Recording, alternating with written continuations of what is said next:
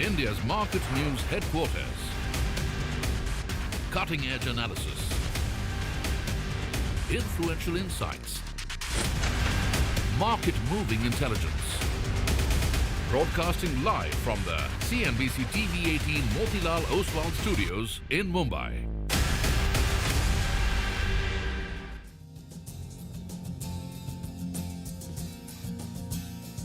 Good morning. You're with us here on a fresh new edition of Bazaar Morning Call. It's a Thursday morning. We're coming out of a market holiday, stock market holiday. And it's looking a little reddish all over the global screen as we begin this session. 3 days to go for the union budget. I mean, it's a busy time for markets. I'm Prashant. With me, my colleague Sonia and Nigel. Guys, hi, good morning. Hi, good morning, Prashant. Good morning, Nigel. You have the union budget on Tuesday, but before that, you have so much happening. There's Infosys earnings today, there's Reliance earnings tomorrow, and a whole host of them to react to. So we have our hands full. Well, I think the next 2 days belongs to results, and if I got that number correct, on the Nifty, 35% of the Nifty will be reacting to numbers in the next two sessions. That is, reacting to yesterday's results and preparing yourself for the weekend as well. But what a rainy morning here in Mumbai.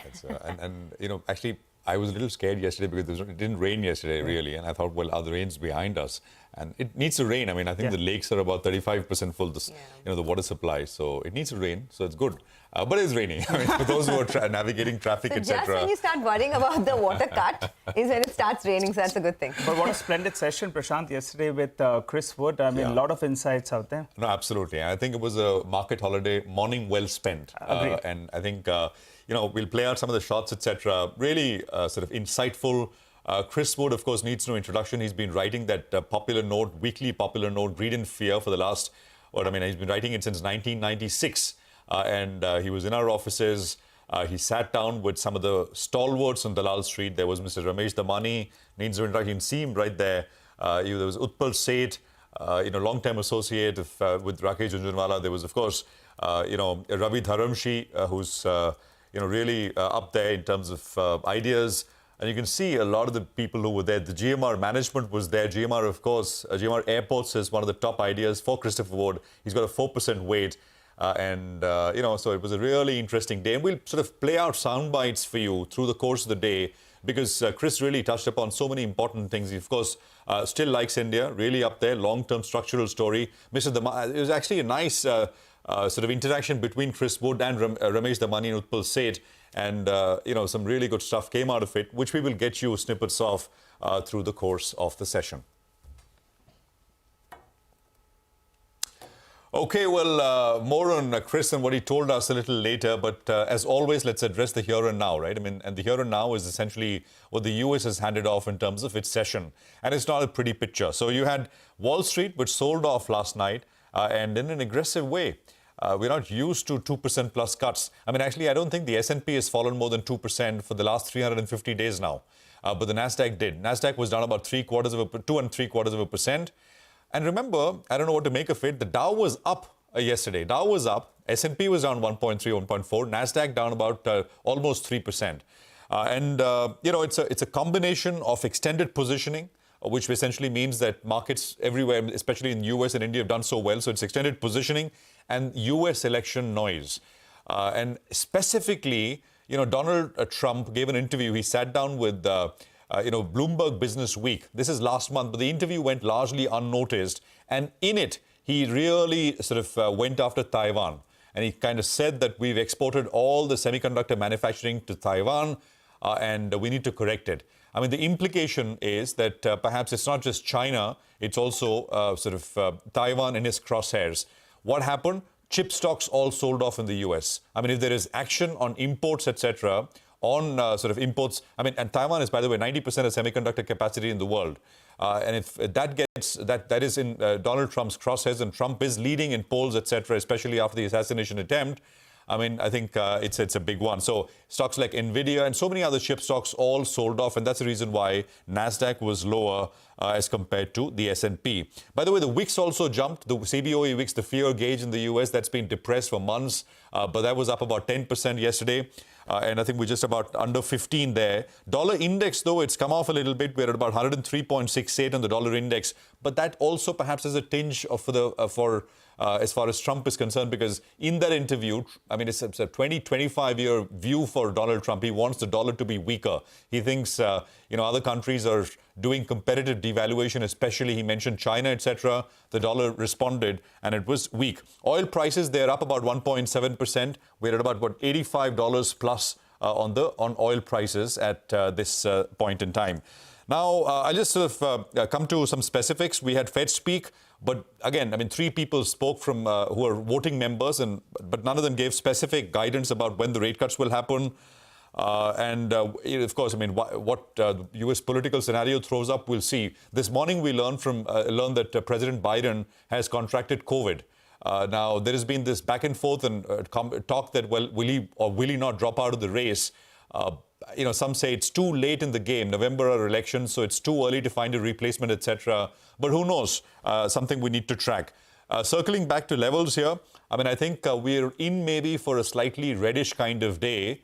Not just because of global markets, but also because earnings are not exactly great. LTI Mindtree perhaps sees a little bit of red. Asian paints more prominently. And of course, global backdrop is negative as well. So on the Nifty, supports come in at about 24,480. That is the 40 hourly exponential moving average. I think that's a reasonable kind of 150 odd point cut. We'll see if we get there. Daily, the target for the Nifty is the daily upper Bollinger Band, which is 24,816. For the Nifty Bank, I mean, for the second day running, that is Monday and then Tuesday as well, which was the last session, we traded within last Friday's range.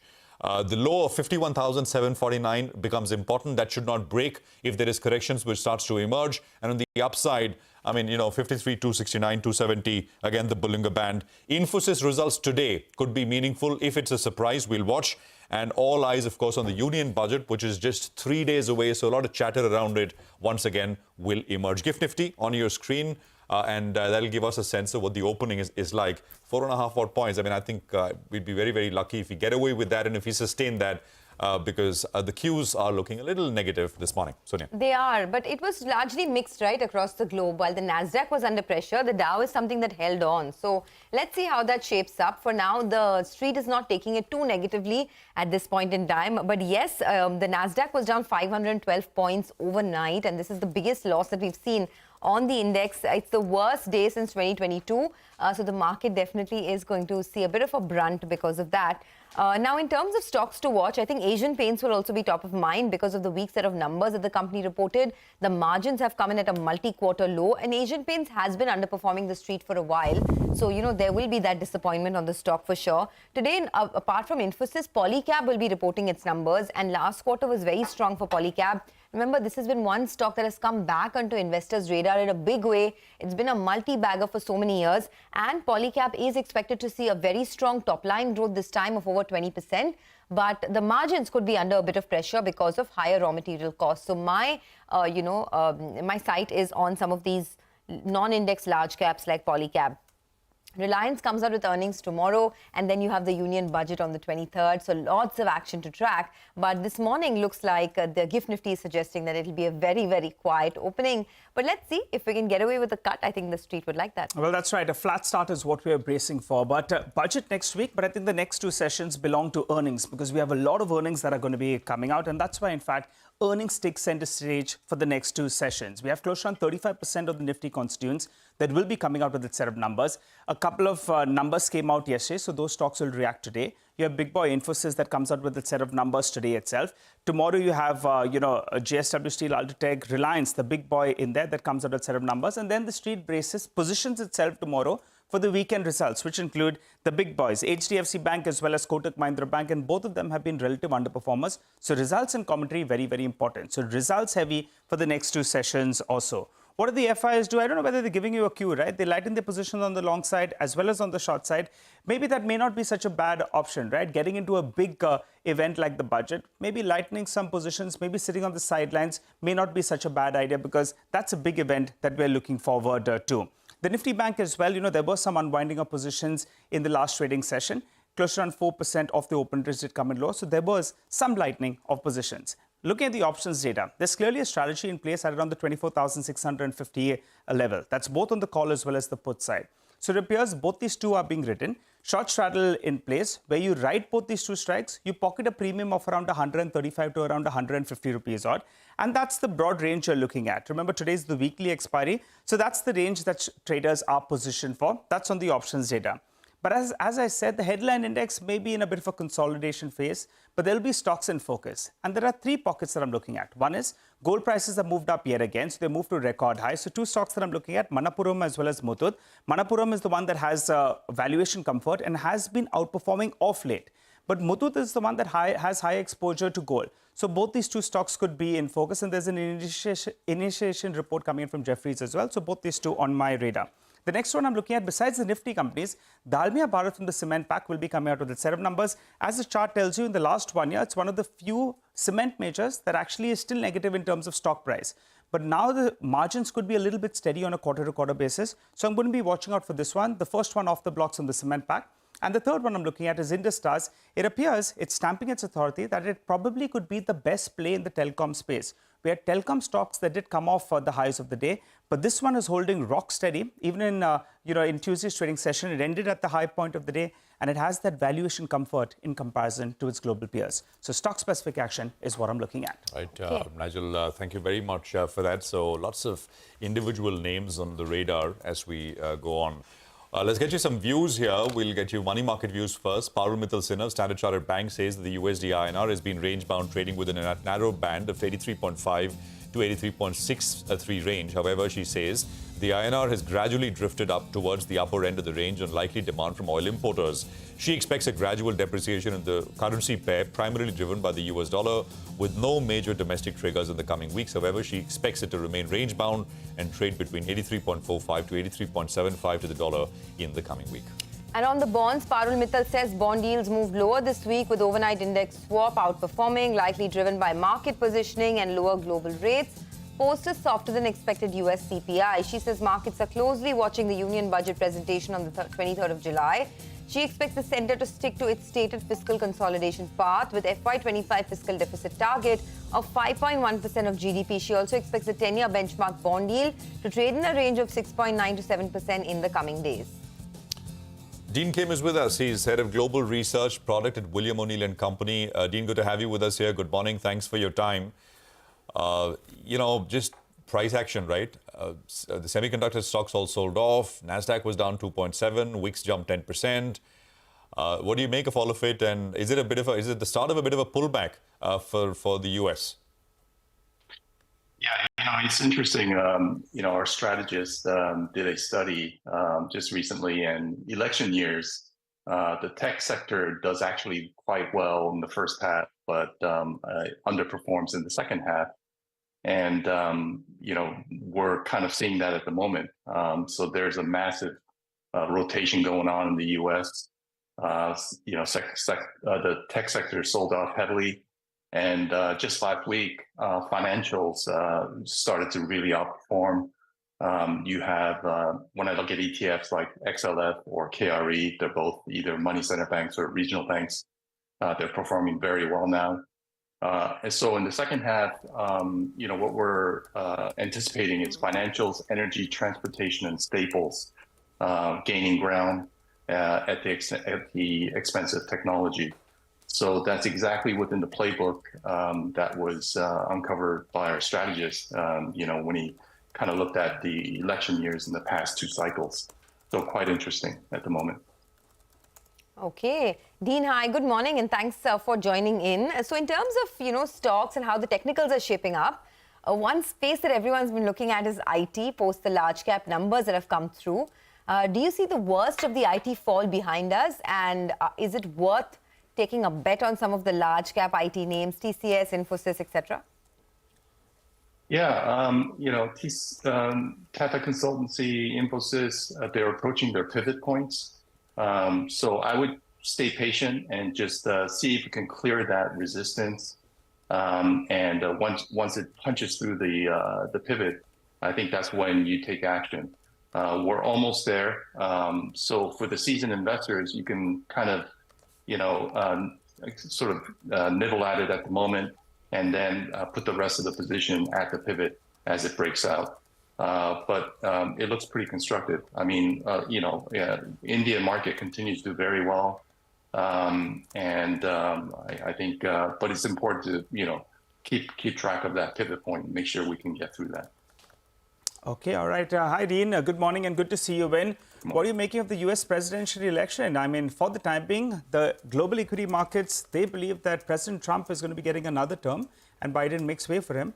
Do you believe that will be good for global equity markets and India as well? Because that's the sense that we've got. Well, I think it is. If Trump were to win, and it looks like he has an advantage at the moment, then I think global equities can rebound. He's going to put in policies that's going to be favorable for capital markets, such as lowering corporate taxes. As you mentioned, he's wanting to lower the dollar, and that's really good for India. In terms of that exchange. And we'll see where the oil price can go. But if oil price can stay steady, I think that's really great for India.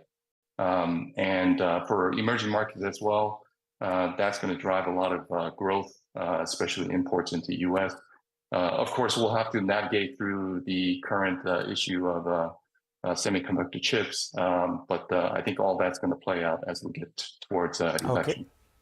Got it. All right. Give us your view on HDFC Bank as well. The last time we chatted, the stock was on the verge of a breakout, but since then it's corrected from around closer to around 1,800 rupees to around 1620 here in the Indian markets.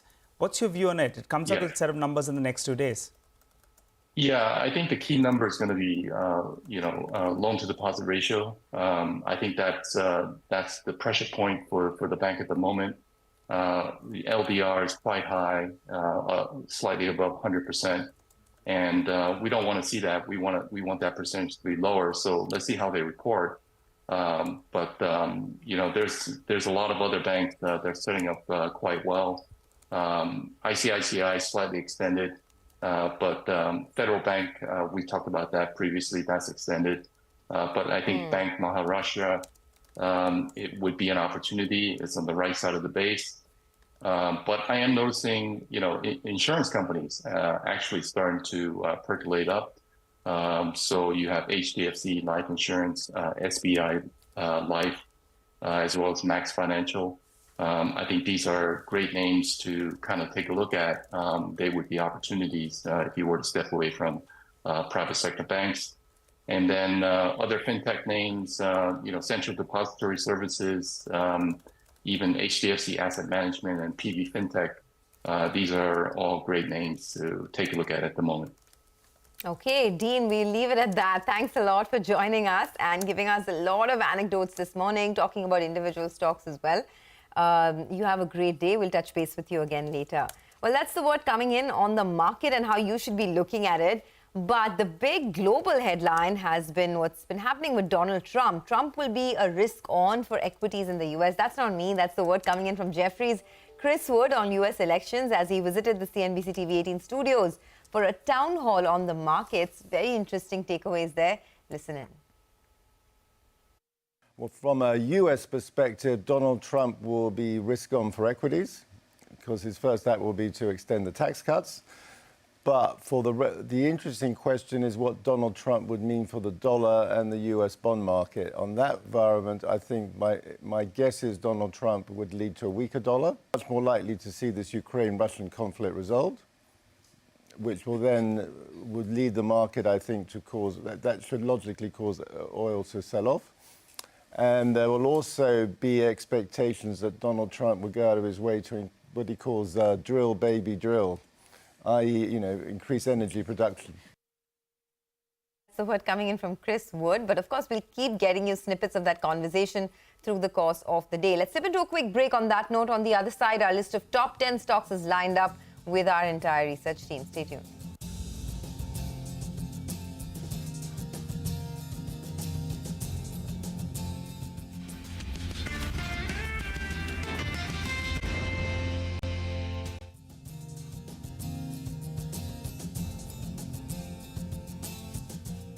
Welcome back to Bazaar Morning Call. Well, this morning there are plenty of stocks to look at, so let's get straight to it, right? Asian Paints, first up, came out with a weak set of numbers.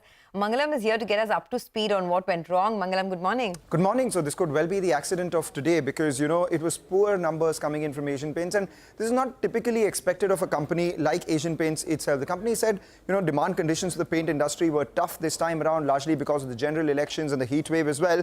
And then revenue was lower on account of the inferior product mix and the price cuts that the company had taken earlier itself. So if you look at the numbers, you know, the street wasn't expecting great numbers anyway, and the company is disappointed on those, expectations as well. So revenue below expectations, 8970 crores versus a poll of 9200 crores. EBITDA around 1700 crores. The street was working with a number just shy of 2000 crores. Margins coming in at 19%. The street was working with a number of 21%. And as a result of which, the net profit just below 1200 crores. We were working with a number of a little over 1400 crores as well. Year on year as well, the revenues have declined by 2%. We have the EBITDA declining by 20%, multi-quarter low for the margins, and the net profit down 25%. Domestic volume growth came in at 7%, in line with estimates, but value growth was a lot lower. The company in the conference call has said that the conditions will improve going forward, and they maintain their double-digit volume growth target for this year. Will be very interesting to see where, you know, the stock settles in today's trading session.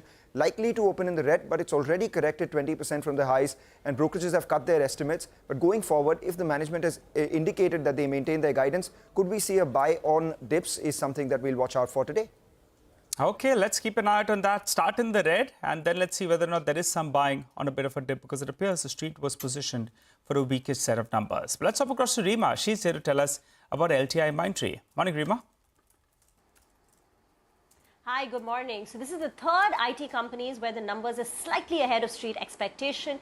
LTI Mindtree beat street expectation, a modest beat, but there is a beat on the top line. The company's delivered a 2.6% quarter-on-quarter revenue growth ahead of expectations, and the last couple of quarters have been sluggish for the company, but this time growth has come back because there are some green shoots the company sees. Some of the paused projects which were put on hold in BFSI, high-tech have, been resumed, and that's led to the growth.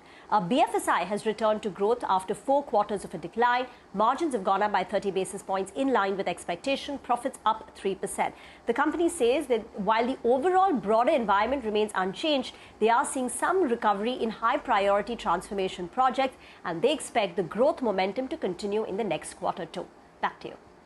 Okay, thanks a lot for that. Well, a couple of other stocks that we're looking at this morning. I'm tracking Bajaj Auto. Now, of course, the numbers came out, but a lot of brokerages continue to be very bullish on Bajaj Auto. Jefferies has retained a buy with a target price of 11,630, which is well above the current market price.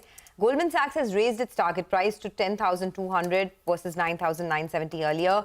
BofA Securities has also raised its target price, so the street is very bullish on this name. Now, reasons for the bullish views also post the conference call. There are a couple of positive triggers that are working for Bajaj Auto. One is that the margin performance has been very steady, and despite higher raw material costs, the management has been able to hold margins at 20% for 3 consecutive quarters. Second is the new growth segments are ramping up very well. The Triumph is doing very well, and the export markets, which were suffering quite a bit, are now starting to see a bit of a pickup. The expectation is that it will improve in the September quarter. However, Africa still continues to underperform, led by the Nigerian markets. The other positive is that the Bajaj Freedom 125cc, the bookings have opened across the country, which is its new CNG bike, and the response has been very strong. So if you look at it, the Freedom 125 has garnered over 30,000 inquiries in just 1 week, and this is a space which is really growing well, the CNG space, not just in two-wheelers but in passenger vehicle space as well. That is one segment that is looking pretty good. In fact, Rakesh Sharma, the Executive Director of Bajaj Auto, will join in at 9:30 to discuss more on these developments. But Rima is back with us to talk about Just Dial and Zensar Tech. Rima, over to you. Thanks, Homa, for that. So let me start with Just Dial, where the revenue growth momentum for the company has slowed down. So on a year-on-year basis, revenue growth stands at 13.6%. But the margin expansion for the company is fairly commendable. On a year-on-year basis, we've seen the margins expand from sub 15% to 28%. And even on a quarter-on-quarter basis, margins are up from 26% to 28.7%. Zensar has made a small tuck-in acquisition which boosts their capabilities in the healthcare space. So the acquired company, Bridgeview Life Sciences, has revenues of about $13 million, which is about 2% of Zensar's annual sales, and the company will be spending an overall of $25 million, of which $14 million will be spent upfront. Back to you. All right, thanks very much for that, Rima. Z Entertainment should also be in focus. Mangalam is back with us to tell us why. Mangalam, morning.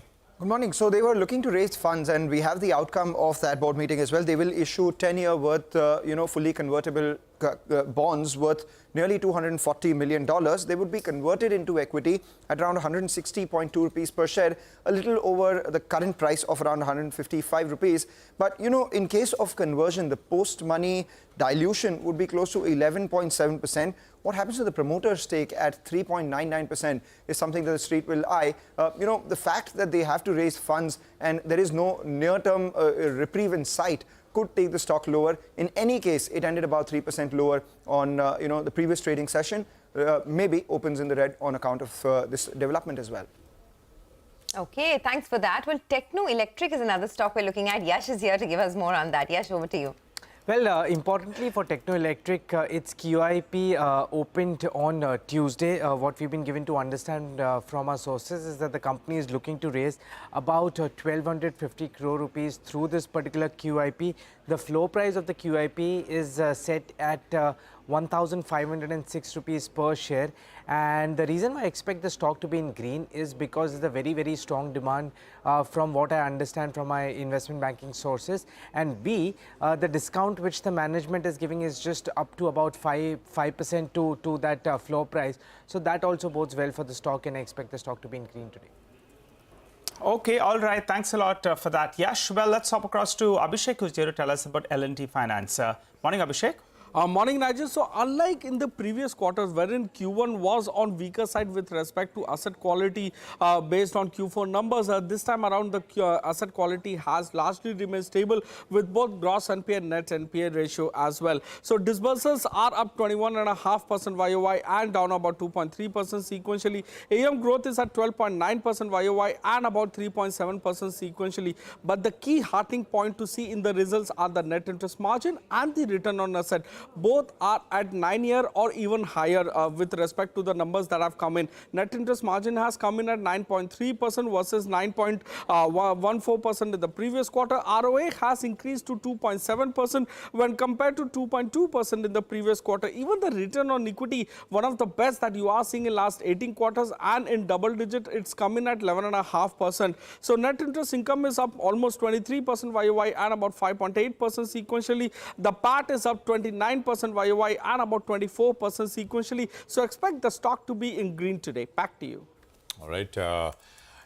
Abhishek, we'll have the management with us as well. The L&T Finance management at 9:50 this morning. Mr. Sudipta Roy is MD and CEO of the company, and will sort of running us through some of the detail and outlook there.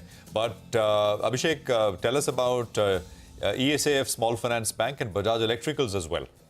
Well, to begin with, ESAF SFB, RBI has granted 3-year extension to Mr. K.P. Thomas as the MD and CEO of the bank. This is with effective of 1st October 2024. He is the co-founder of the bank, and continuity of management should go well with investors in trade today. Bajaj Electricals, Mr. Anuj Podar, MD and CEO, has resigned. He intends to explore an external opportunity. Board has accepted his resignation, and they have fixed 30th September 2024 as his last working day. Back to you.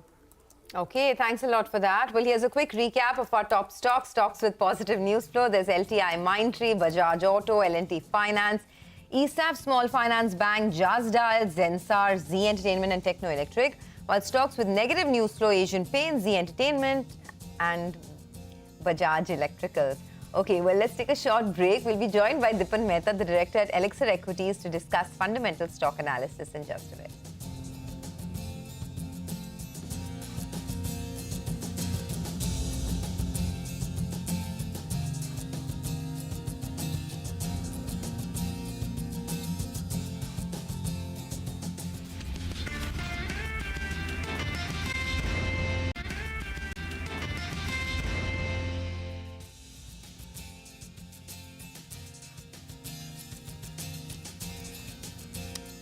Welcome back. You're tuned into Bazaar Morning Call and hope you're having a good morning. Well, to help us out with some fundamental analysis, Deepan Mehta, Director at Alexa Equities, joins us on the show. Hi, Deepan. Good morning and good to see you in. We met personally yesterday, but good to have you on the show today. Well, let's talk about the big stock today. That's supposedly Asian Paints because the numbers were weak. Volume growth at around 7%. Most on the street were expecting a number a little better than that. Margins are under pressure, and there's a problem because that it could remain under pressure. And the third factor is valuation-wise not very, very cheap. But most of these points are known. If the stock pulls back, will you be looking to buy into the dip? Yeah, Nigel, good morning. Thank you for having me on your show, and great meeting with the entire CNBC team yesterday at Chris Wood show. It was really fantastic and quite enlightening. So anyway, coming back to Asian Paints, I think this disappointment kind of is getting priced in slowly, and I don't think that Asian Paints or any paint company for that matter is worth buying at this point of time. Even existing investors should be getting a bit nervous looking at ways to exit these companies because of the kind of competition which is coming in. And end of the day, I think base effect also catches up. Overall volume growth in the industry also has now come down to single digit looking at Asian Paints numbers. So it's time to be a little underweight the paint industry. You can factor in a lot of positives on a longer term basis, but I think next few quarters are going to be very, very challenging. Okay, next few quarters are going to be very challenging. Well, Deepan, hi, good morning. I wanted your thoughts on Polycab because it comes out numbers today. And this has been one stock that has been a favorite of the market, right? Expected to report strong numbers on the top line, but margins could be under pressure. Would you buy Polycab ahead of the numbers? Are you still bullish on it? How are you approaching it? Good morning, Sonia. No, I think the stock is very expensive. And there are better plays in that particular segment. We actually prefer KEI or even Apar Industries where performance has been more consistent and more diversified range as well. Polycab has been trying to extend into appliance business, what they call the FMEG business, but that's not been very successful. And no doubt it has a very dominant position in the cable industry, a very strong brand. But considering the valuations, I'm not sure the risk return favors buying the stock at these levels. Deepan, hi, morning. And, great session yesterday. And we're going to play out some sound bites through the course of the day. And allow me to play one bite, right? And this is very relevant because this is capital gains we're talking about. I just want to play out what Chris had to say. Now, he essentially, just to contextualize, said that, well, he's not, and he's been here and we've been meeting people, etc. He's not expecting something. At least that's the feedback. I mean, people that he's speaking to, stakeholders, etc., not really expecting anything. But he did say that to expect the market to react in a robust fashion like it did after the election shock would perhaps be a little too much, because this perhaps, if it does happen, may be a little more meaningful. So just want to play that soundbite out and then I'll ask Deepan. Chris, what for you? Well, I think there's a real rise in capital gains tax that would hit the market more than what happened after the election. But it seems like it's not good. It seems like the possibility of that has been reduced.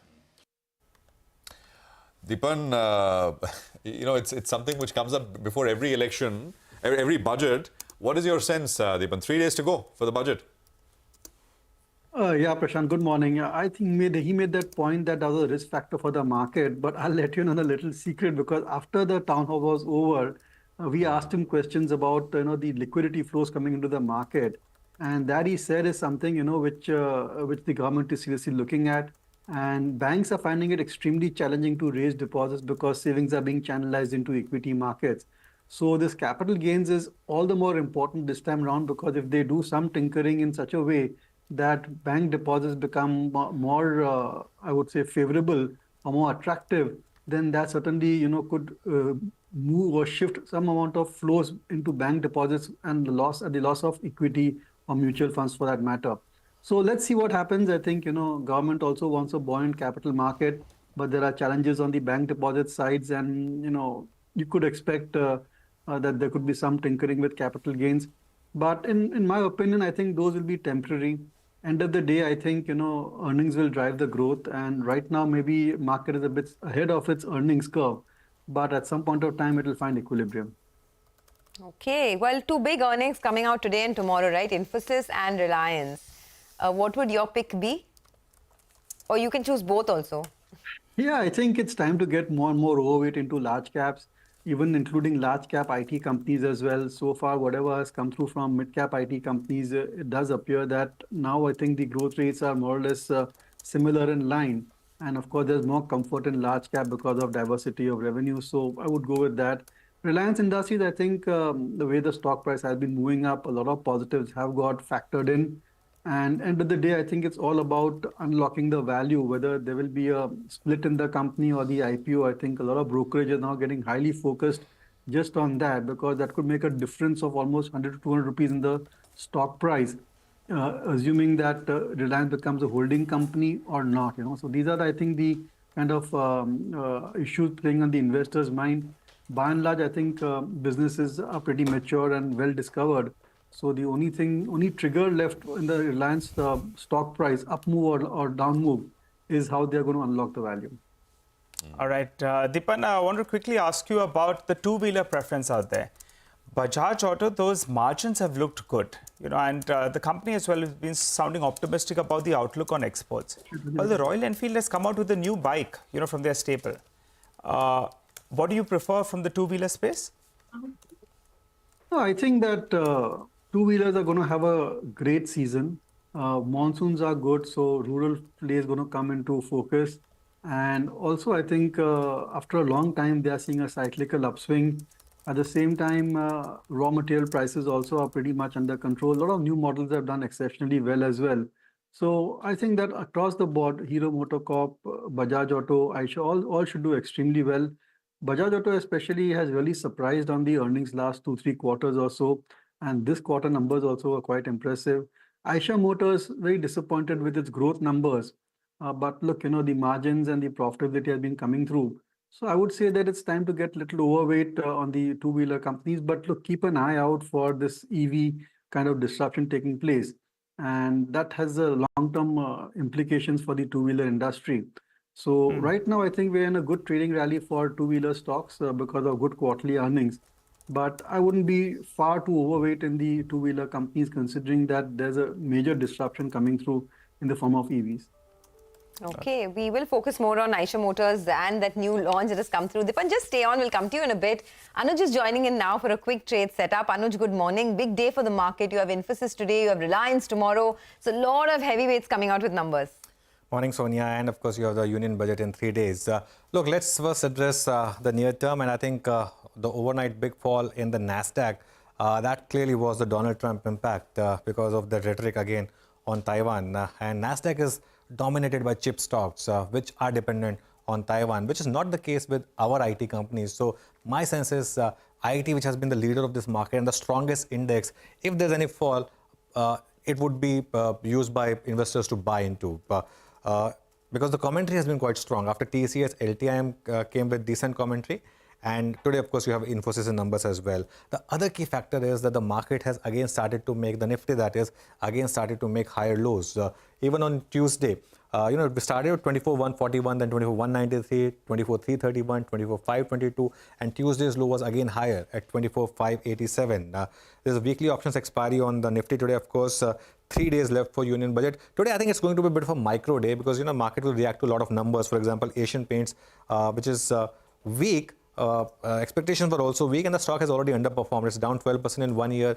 The FMCG index is down 14%. But I think today is the biggest day of the earnings calendar so far because you have Infosys, which comes out with numbers. You have Persistent, which has been the strongest IT stock in the mid-cap IT pack. So that's something to keep an eye on. And from the consumption basket, you have two massively important numbers. Polycab and Havells. So let's see how they come out with the numbers. That will be interesting to watch. Quickly coming to levels now. On the Nifty, 24,587, which was Tuesday's low, and then 24,475 to 24,500 based on the options. That would be the support levels. And on the upside, 24,730 and 24,900 to 25,000 would be the big resistance levels. On the Bank Nifty, it's been an index which has really been, showing tiredness. It's not rallying, but it's not falling either. So it needs to either break 51,800 on the downside or 5300 on the upside. Till then, you got to play this range, I guess. Quote of the day would come up for you. And this one on the day of Thursday, if we have the quote of the day comes, very interesting one. This is something which everyone should strive to be better than yesterday, but better even tomorrow. So that's your quote of the day. All right. Anuj, thank you very much for that. Always interesting. Let's get Mitesh and Sachidanand Uttekar with us, who are our technical experts today, to run us through what they are making of the trade setup and how things are likely to flow. Gentlemen, good morning. Good to have both of you here. Mitesh, so set things up. What's the overall trade strategy? I mean, the GIFT Nifty was indicating a flattish start, but I reckon perhaps at some point there will be some pressure which emerges, not just because of the global setup, but also, earnings like Asian Paints will take a bite out of what the market will do. What's your sense on indices? What's the trade? Morning, Prashant. So I think, apart from the fact that earnings will obviously affect stock price movements, I think the lack of strength in the bank Nifty is also a worrying factor for me.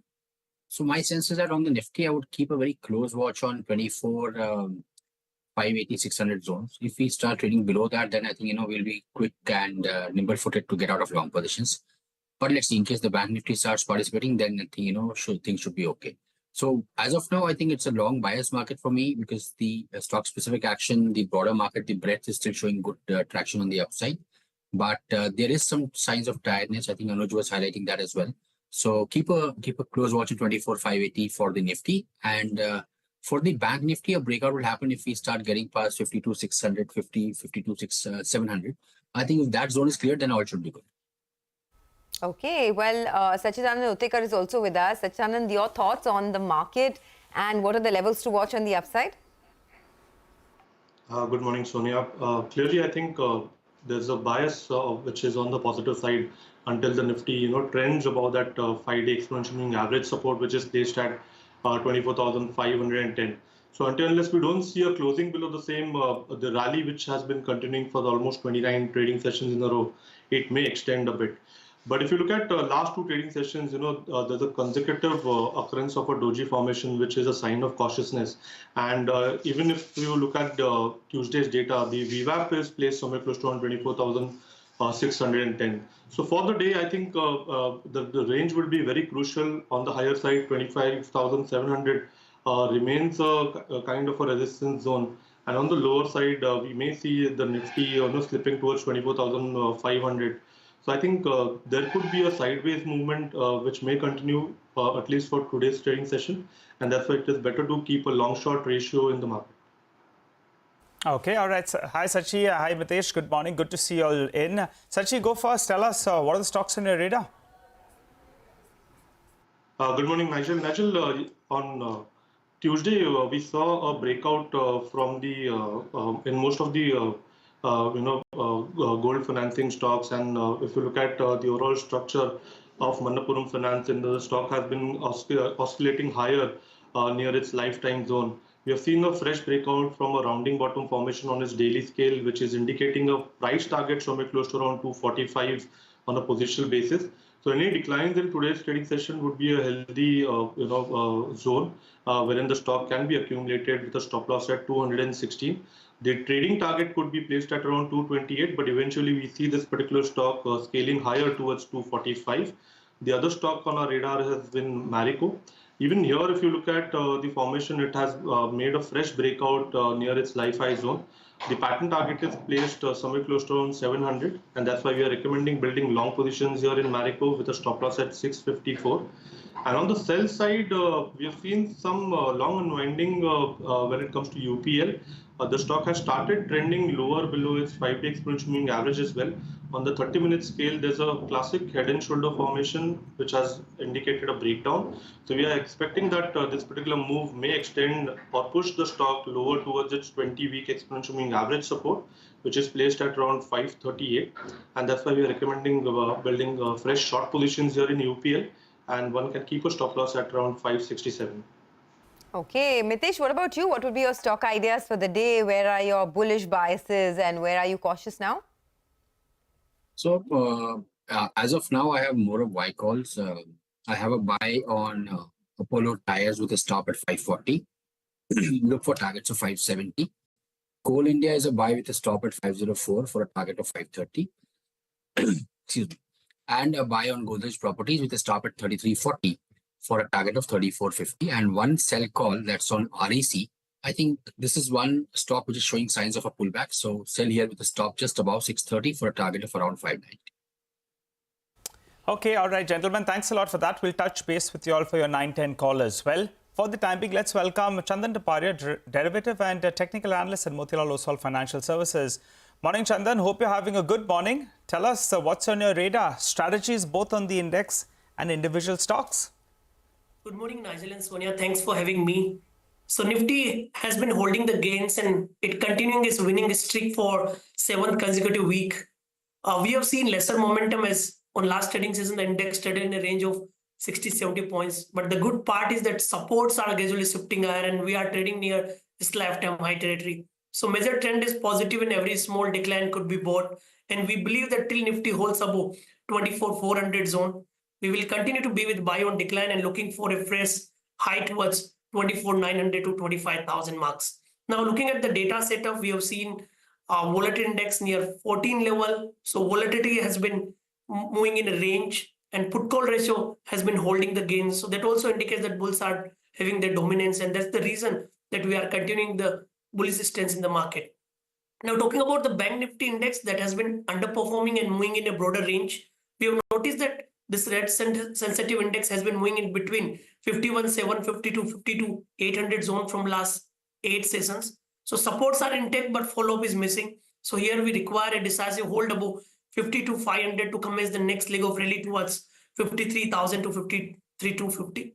Looking at the stock wise, first it is buy on IGL. We have positive view on most of the oil and gas companies and IGL is one of the strongest name which technically completed a pole and flag breakout on the daily chart. It has given a decisive close above 525, 530 zone and has been making high tops, high bottom on weekly scale with addition of long built up, which clearly indicates that positive momentum could be there. So one can buy with support of 528 and IGL has potential to rally till 565 marks. Second trading idea that is buy on Bharti Airtel. Technically, it has given a narrow range breakout on weekly chart and after the 10 days long consolidation, now it is all set for the next leg of rally. We have noticed put writing and supports are shifting from 1400 to 1420, 1435. So one can buy Bharti Airtel with support of 1435 and expecting it to extend the rally towards 1535 level. Last trading idea that is buy on Marico. We have noticed that most of the FMCG stocks are doing well and government will present the budget on 23rd of July and I believe that focus will be on the rural India and that might add the momentum to the most of the FMCG name. So that is the reason that we have positive stance on most of the FMCG counter including Marico, Dabur, Tata Consumer and here we recommend to buy on Marico as it has been making high top, high bottom given a consolidation breakout. So it can extend the move towards 695, 700 zone. One can buy with support of 655. Okay, well, we'll take a quick break on that note. On the other side, Avnish Roy of Nuvama Institutional Equities will be with us to review the Asian Paints Q1 performance. More on that coming up.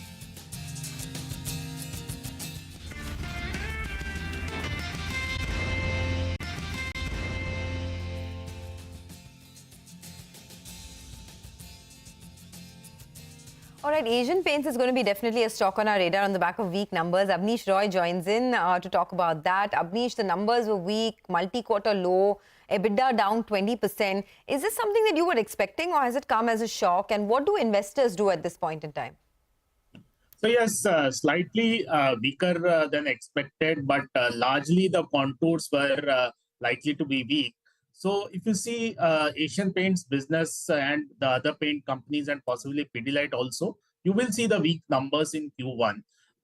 If I see the volume growth and sales growth, that was almost in line with our expectation, but lower than consensus. So volume was around 2% below our numbers and sales was 1% below our numbers. So not much of a problem there. But in Asian Paints kind of business, what happens is there is a very high fixed cost structure. So the advertising spend and the staff cost, for example, those are going to be always inflationary. Company is adding a lot of capability in terms of distribution. That's why staff cost was up around 24% YOY. But that will help them in terms of fighting the competition and ramping up in terms of the market share. So I would say that slight downtake in the Asian Paints stock in the near term is possible. But that should be seen as a buying opportunity because of 3-4 reasons. One is one more round of price hike is likely in the near term. Company already said that they are looking to take that.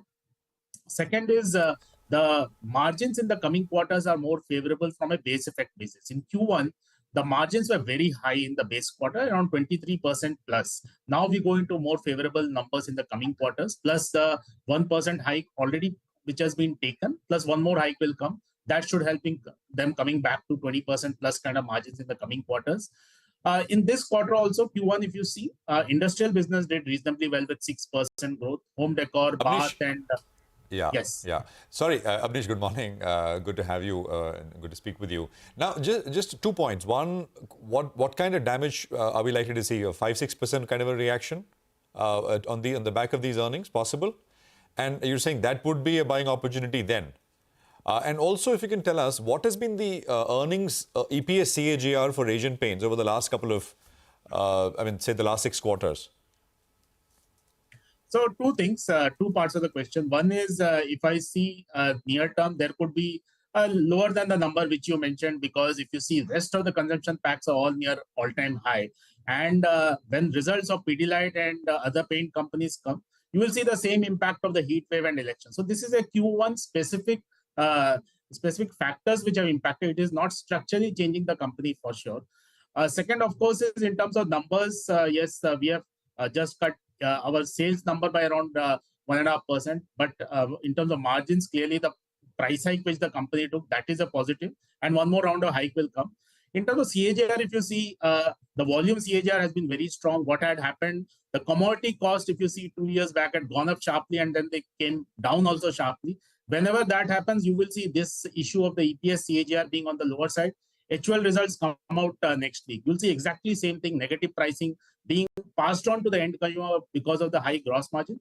That is not a reflection of the strength of the business. This is a one-off thing, high inflation followed by the high deflation. So I will say that the company will come back to the Asian Paints will come back to the double-digit volume growth in the coming quarters, and you will see the margin recovery also happening. So this is a thing which impacted many consumer companies. So that's why the EPS CAGR is on the lower side. Got it. Abneesh, we have to take a break, but please stay there, stay with us. We're going to come back to you on more on Asian Paints and other FMCG names as well. Let's take a quick break. We're back on the other side.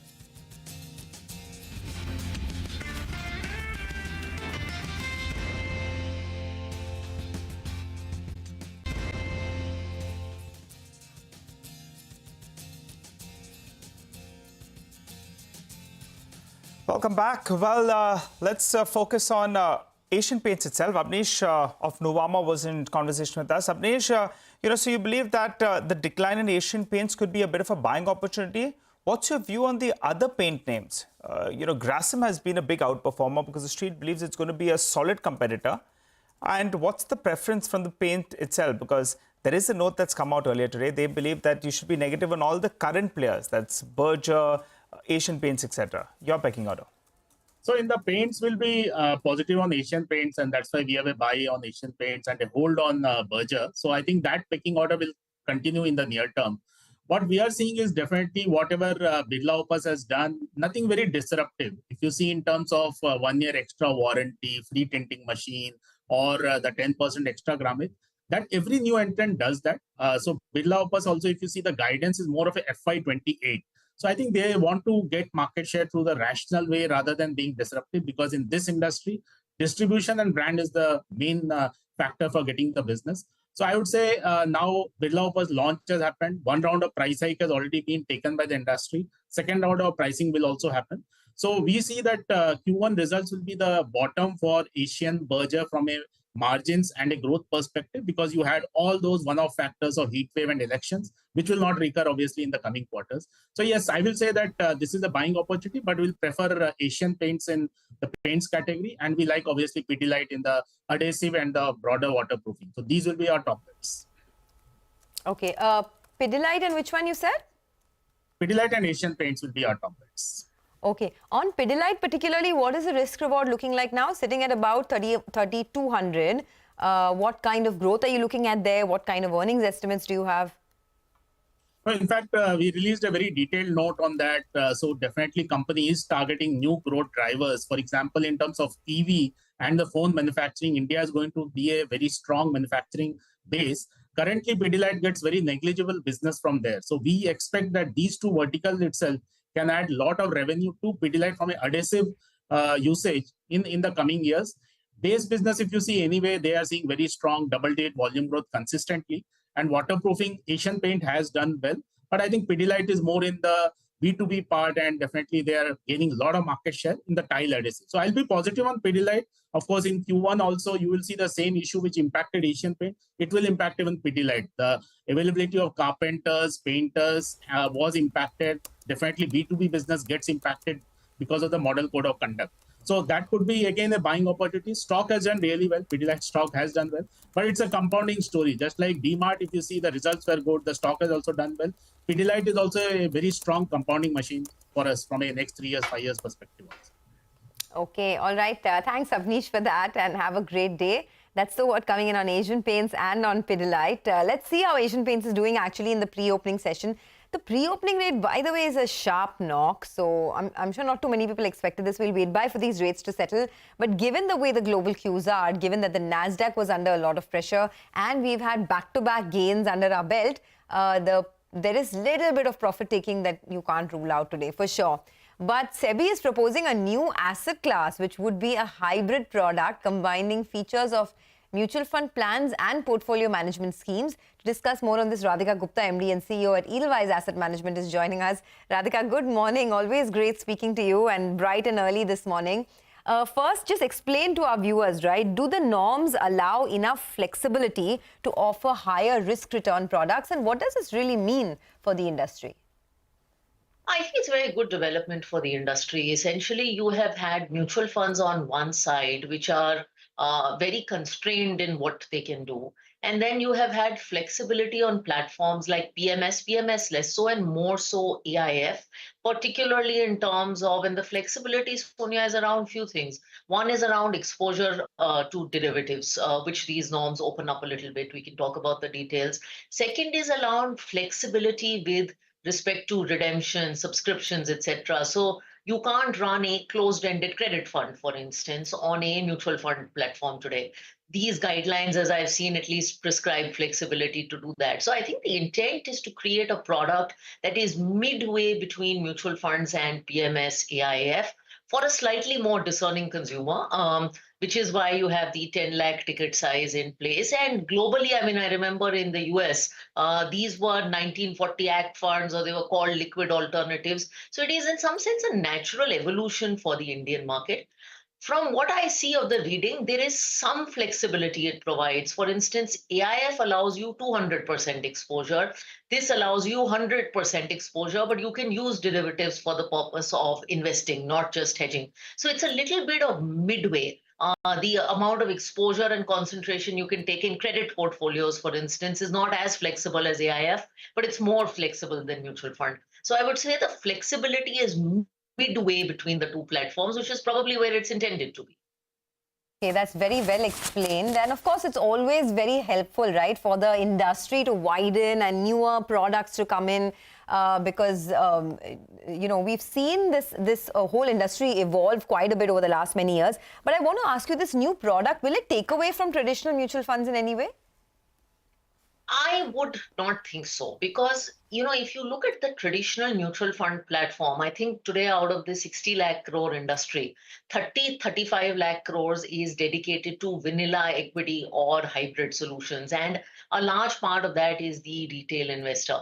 I think the products that will be created are incremental to that. So, you know, as I read through this, I come from an alternatives background. 130-30 or a long short equity fund or a credit fund. These are still satellite products for the consumer's portfolio. I think the core proposition of mutual fund in terms of strong equity offerings, index funds, etc., I don't think that goes away. I think this is an incremental addition. It's opening up the market. In fact, what it might take away, Sonia, from is a traditional AIF offering, because the taxation treatment, I suspect, for something on this platform will be far better than doing something on the category 3 AIF platform. So if anything has to be challenged, I suspect it will be that side of the equation, and the ticket size is much lower. And you're saying that the 10 lakh investment threshold so far, what they've announced is fair. You're not, you know, there's no complaints on that front. And also on the eligibility criteria, anything else that you want to add? Well, I think it's fairly flexible. You know, you have enough flexibility for a new entrant to enter, provided you get a fund manager with whatever that 3,000 crores of AUM is. I would say it is difficult to find alternative managers who manage that size of money, at least in the equity kind of space in India on alternatives, but you have that flexibility. And if you're an existing mutual fund player, I think 3 years / 10,000 crores is a very comfortable threshold. So I don't think there's a challenge whether it's new entrant or old entrant. I mean, SEBI's left the play field quite open for multiple players to enter. In fact, I suspect you'll see more players queuing up for mutual fund licenses. Radhika, morning. I can't. Budget is 3 days away, 3 sessions away, actually. Good to see you.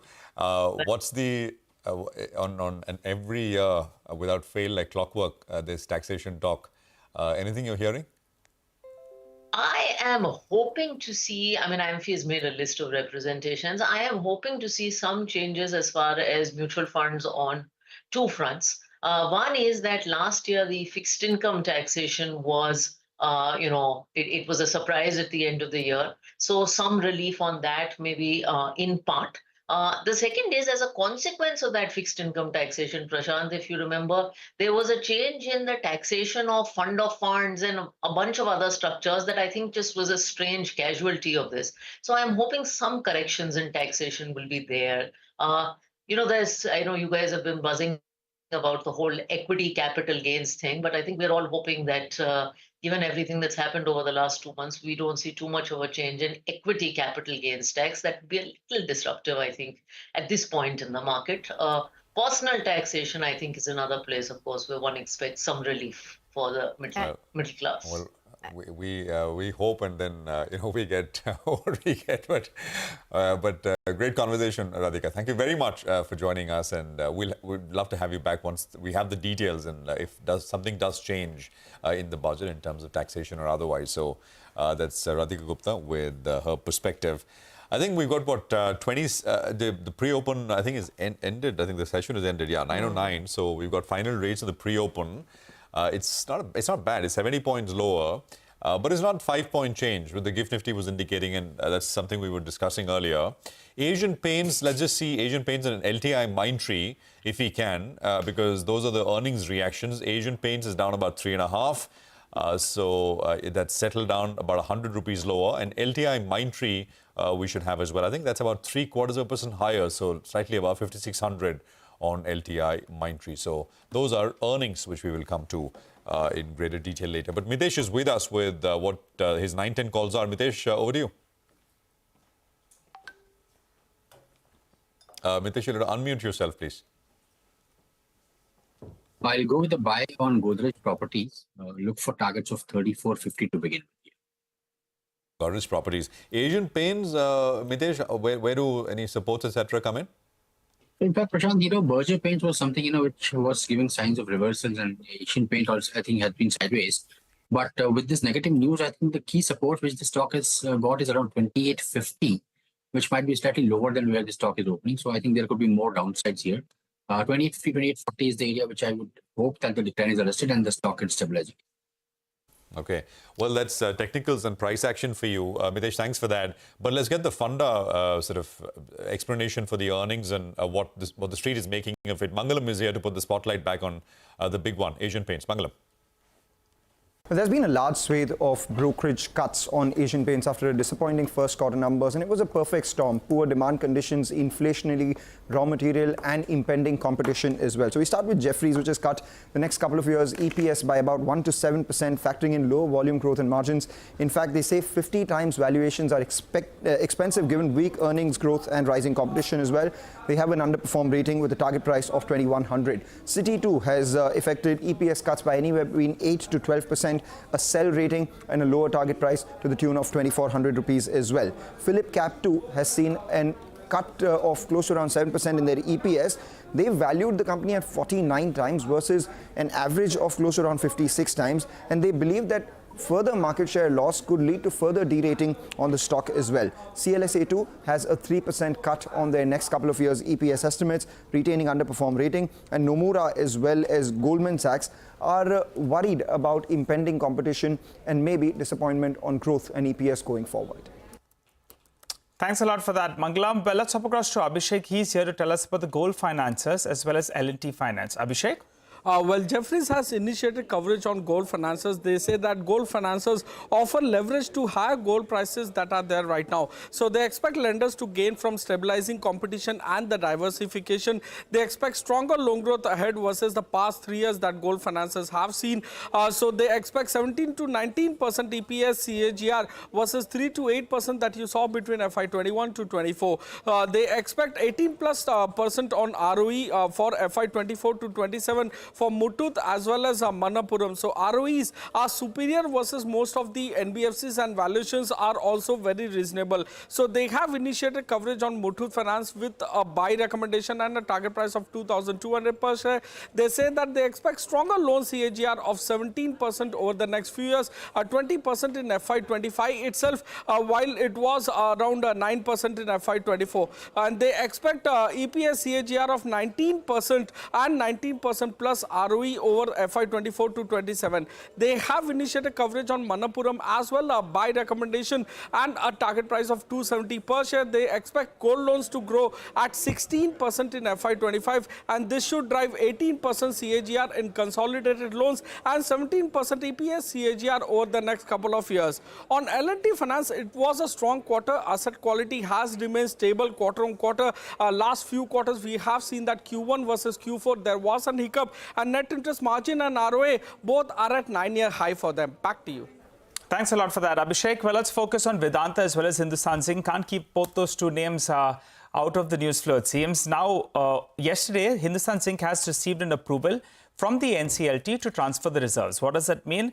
Basically, it's a technical issue. They are able to transfer it from general reserve into retained earnings. How does it help? Well, the total reserves are around 10,400 crores odd, which equivalent to around 25 rupees per share. So how does this help? Basically, because of this transfer of reserves under the new heading, now this money can be distributed as dividend. If at all if the entire amount is distributed, then it's around 25 rupees per share. So good for Hindustan Zinc because they'll be the direct beneficiaries. Out of that, the government of India has 30% roughly. The promoter, that's Vedanta Limited, has around 65%. And retail participants, well, they get the remaining. So if Hindustan Zinc gets the dividend, then it passes it on to Vedanta Limited, who in turn passes it on to Vedanta Resources. So good news for both Hindustan Zinc as well as Vedanta Limited. All right, Nigel, thanks very much for that. Well, we've got the market opening rates coming up. 70 points lower on the Nifty, 180 points down on the sensex is what we have. And it's down and, I mean, it's not down and out, it's down. So it's not a, that's it. I mean, let's just look at specifics, right? I mean, straight up, Nifty Bank down about 1/3%. I think mid-cap index will come up on your screen. The small-cap index will come up. The Nifty Bank is down about 1/3. Mid-cap index is down 1/4. And the small-cap index has got green. IT is, of course, gaining. It's got 0.5% plus gain. Infi reports later today. LTI Mindtree would be reacting to earnings. But it's all about stocks, so let's get straight into it. Sonia. Yeah, it is all about stocks, absolutely, Prashant. So let's look at Asian Paints, right? Because that one is the big mover on the downside. Asian Paints is actually down almost about, well, it's going to come up in just a bit, I guess. About 2% on Asian Paints. That's the last time I checked. But apart from that, you have a whole host of other stocks. Eicher Motors is also down about 1.5%. So just don't lose sight of that. Bajaj Auto has been in focus. A lot of brokerages have raised their target price on Bajaj Auto. So that one is looking pretty good. And then you have LTI Mindtree, which is really the stock of the moment. 3% higher in a falling market. LTI Mindtree. So that stock is up and gaining on volumes as well. IDBI Bank is a stock that's up almost about 4%. So keep an eye out on IDBI Bank. It's actually bucking the market trend this morning, and volumes are also picking up over there. And in terms of results today, you have Infosys, there's Polycab, which is under a bit of pressure, down about 1% ahead of its numbers today. A couple of others as well, like Havels are coming out with numbers today. Tata Communications is coming out with its numbers today. L&T Tech, Persistent Systems is coming out. And after the good showing from LTI Mindtree, Persistent Systems has in any case been hitting new highs. So that one is looking pretty good. By the way, sources saying that RBI has submitted a report on the divestment of IDBI Bank, and that's the reason why you're seeing the stock up almost about 4% right now. Apart from that, some more earnings impact. L&T Finance is up in the green right now. LTI Mindtree holding up, as we said earlier. And a couple of these smaller names also. By the way, Bajaj Auto is now down 2.5%. Volumes are also picking up on Bajaj Auto. Maybe some profit-taking. Numbers were pretty good. There was no problems about that. And good response to its new launch as well in the CNG bike. So Bajaj Auto now under pressure. Bharti Airtel, by the way, is holding up. Bharti Airtel is up about 0.2% in a falling market. Its subscriber numbers do look good. So that stock is holding up now. Well, that's right, Sonia. Quite a few stocks flying away. I think Just Dial, that's the result. Reaction of the morning on the upside. The revenues are up by close to around 14%. The margins are around 29%. The stock is up close to 10% as we speak. Bajaj Electric, Mr. Anuj Podar has resigned as the MD and CEO. He's going to be exploring an external opportunity. On the back of that, remember, he's the one who turned the company around and the street was betting on him continuing. But that isn't the case, so that's why that stock is down close to around 2.5% to around 3%. We highlighted this earlier this morning as well, that gold prices are hitting fresh all-time highs. And Muthoot and Manappuram, well, they'll be in focus. Both of them are moving up, both of them well in the green. Manappuram is doing a little bit better because it has that valuation comfort as well. So that stock up and about. On the downside, the result reaction that's catching your attention is Elcon Engineering. The EBITDA number has contracted by around 8%. The margins as well have seen some bit of a contraction. And that explains why, that stock, I think, let's get up Elcon Engineering. I think the stock was down close to around 10%. It's still down close to 9%. KEC International, they have bagged orders, T&D orders of around 1,100 crores. So the first tick was well in the green in India, Middle East, Australia, as well as the United States. But that's seen some bit of a flattening. No, pull up KEC. Yeah, KEC, that's the one. Still up close to around 4%. Vascon Engineering, well, it saw a big run-up in anticipation of this particular announcement. They have divested the entire stake in GMP Technical for around 157 crore rupees. This is a lower margin business. It lightens the balance sheet as well. For the time being, because the stock ran up more than 10% in Tuesday's trading session, it's come in for some profit taking. Okay, well, those are individual names. The index is down about, 45 points. And we're at about 24,570 at this stage. Just maybe take a quick look once again on some of the other names. IREDA is down about 4.5%. By the way, it's almost exactly 1:1 in terms of advances to decline ratio. And stocks at about 260, IREDA. HAL, that is Hindustan Aeronautics, is down about 3%, 5157. There is Zomato. There was that big block deal in Motilal Oswal, which I think is a very large holding, and they've, of course, bought in very early and almost trebled, if not if the gains have been more, I mean, for Motilal than any other investor in Zomato of size. Stocks down 3%. Other investors, of course, have bought in that block, but stocks down. Z, we mentioned Z, I think 6% lower, 146 on Z. It's got some large volumes on it, 6.5 million shares on Z. Hoodco is down about 2.5%. Nigel mentioned Elcon. Elcon is down 9% now. Yeah, 9%. So 1186 on Elcon. Ircon is down 2.5%. Dixon is down 2.5%. Cochin Shipyard is down 3%. I mean, on the downside, straight out of the gates, lot of volume. Eicher Motors is down about 1 3/4. And so it goes. Max Health is down 2.5%. Zaggle is down about 2.5%. Crompton is down 2%. And I could go on with some of these names. Now, if you look at the market breadth, it's more down. 1,300 stocks are down and about 860 stocks are higher at this stage.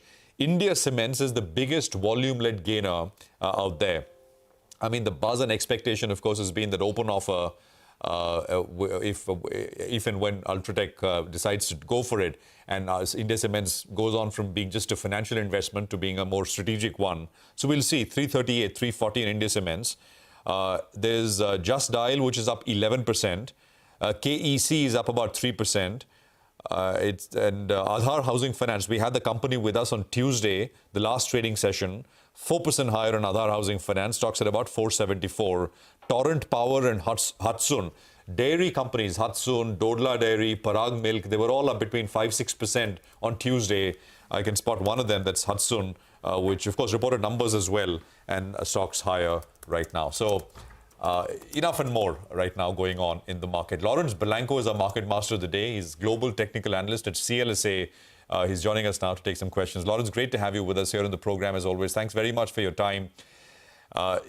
We've cruised along very nicely to higher highs, newer highs.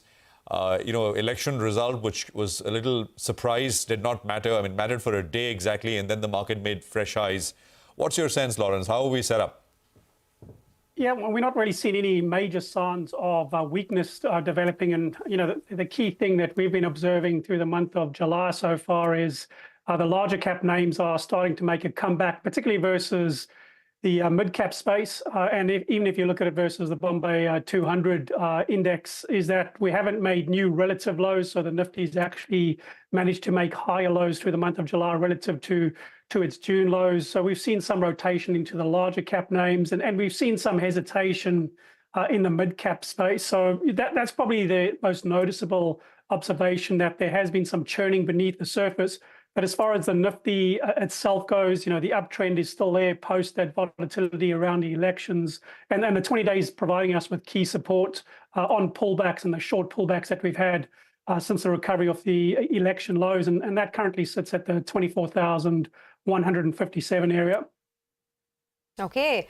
Well, Lawrence, hi, good morning, and thanks for joining in. This is really an interesting time that we are in the market. Almost every asset class is seeing new highs. I mean, as we speak, gold is smashing record highs.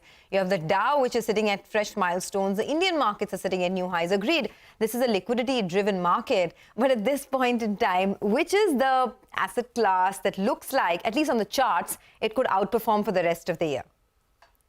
Well, I mean, I think one thing, if we start with the macro markets, the breakout that we've seen this week is gold just reasserting the breakout that you saw in February when it came out of the 2020 to 2024 trading range. And that's actually elevated our upside target from 2,550 to 2,625. So I think that's an asset class on the precious metal side that should continue to trend into year end. And we've got at least 26.25 as an upside target. And then if we look beneath the surface, you've got fresh breakouts in the S&P equally weighted index, which had been range bound basically from February. So you've got fresh breakouts there.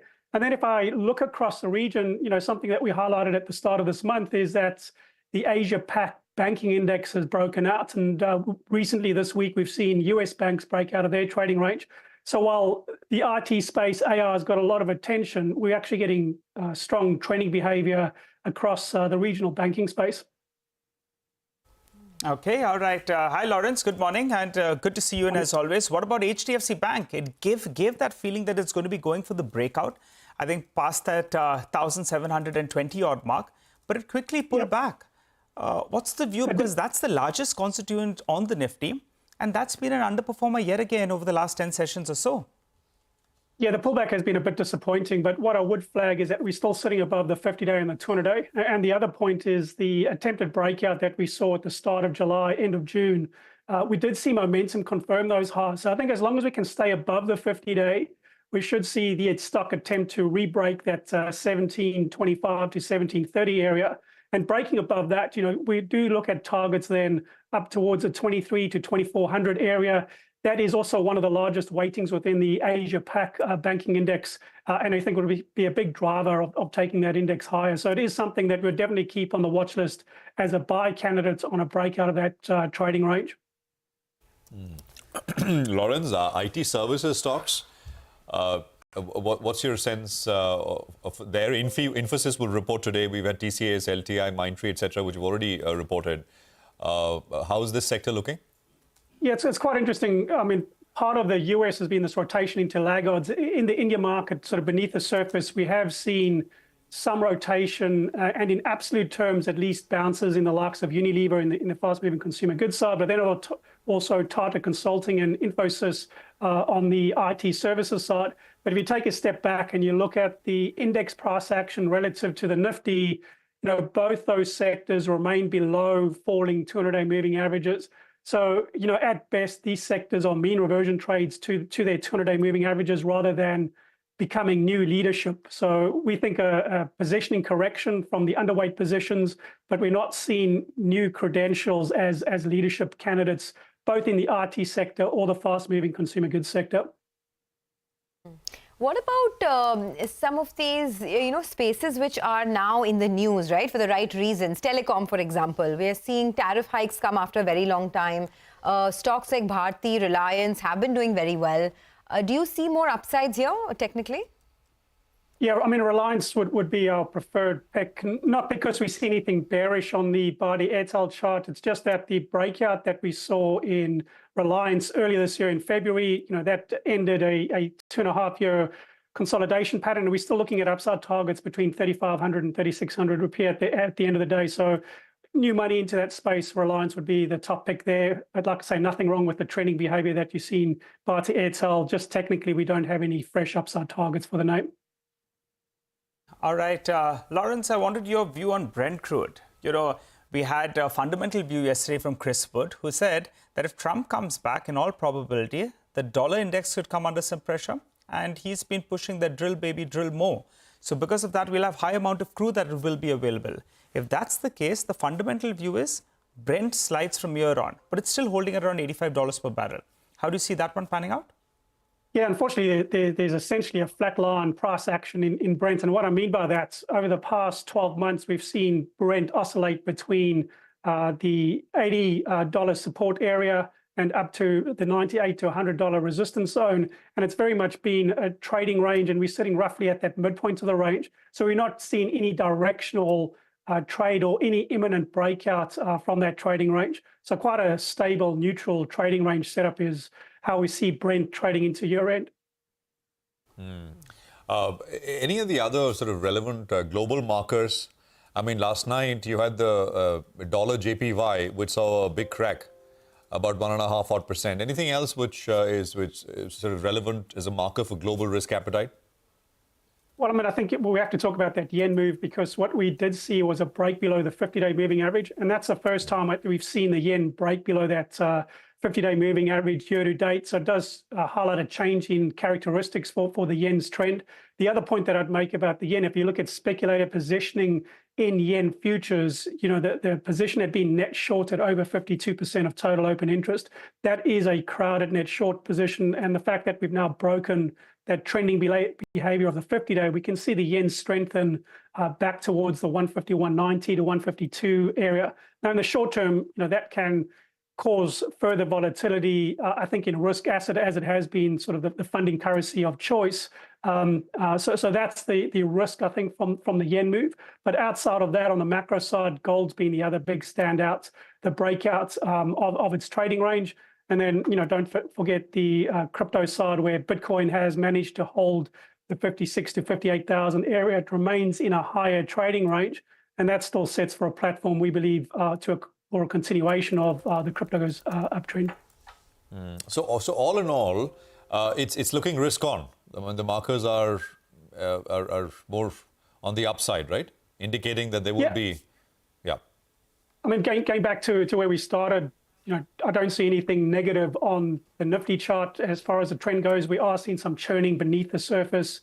And then if we go to the US side, we've got those fresh breakouts in indices like the Russell 2000, the Dow Jones, as well as the equally weighted S&P. So technically, we don't have any major warning signals of topping price action, and this rotation into laggards has actually improved some of the issues that we had with Brent readings just over a month ago. Okay. I just wanted to end with one view on the Nifty itself. I know we've spoken about it, but just wanted to understand what the floor of the market could be if and when a correction does come. What's the maximum? Do you think we're looking at a 10% correction, 5%? What is the floor and the ceiling for the market now for this year?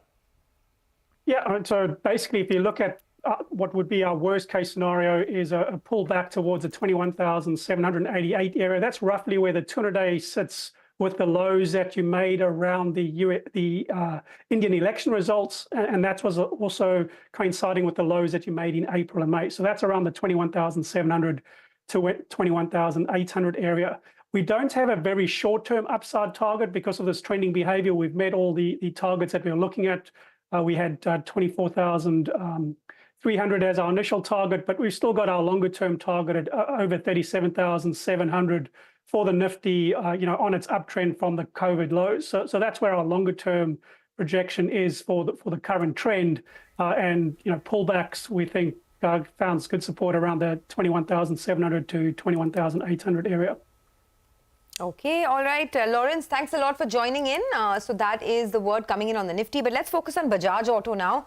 The stock is under pressure, but the earnings were good. Their margins have been up over 20% for the third straight quarter. The new CNG bike has seen a very strong response. We have with us Rakesh Sharma, the Executive Director of Bajaj Auto, to talk more about that. Mr. Sharma, good morning. Always fun chatting with you and trying to understand more about the industry. So this time, you know, your revenue growth was around 16%, led by a 7% volume growth. What is the outlook on Q2? Is it possible that because of the kind of recovery you're seeing in exports, in Q2 and Q3, there is a possibility of hitting double-digit volume growth as well? And how are the demand trends now?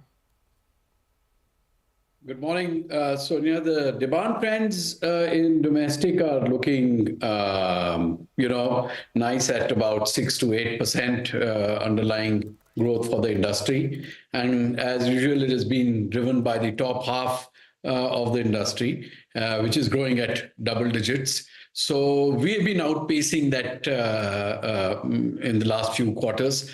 And domestic has actually delivered 9 successive quarters of double-digit growth. And we see that in a similar way. That's how Q2 and hopefully Q3 should unfold.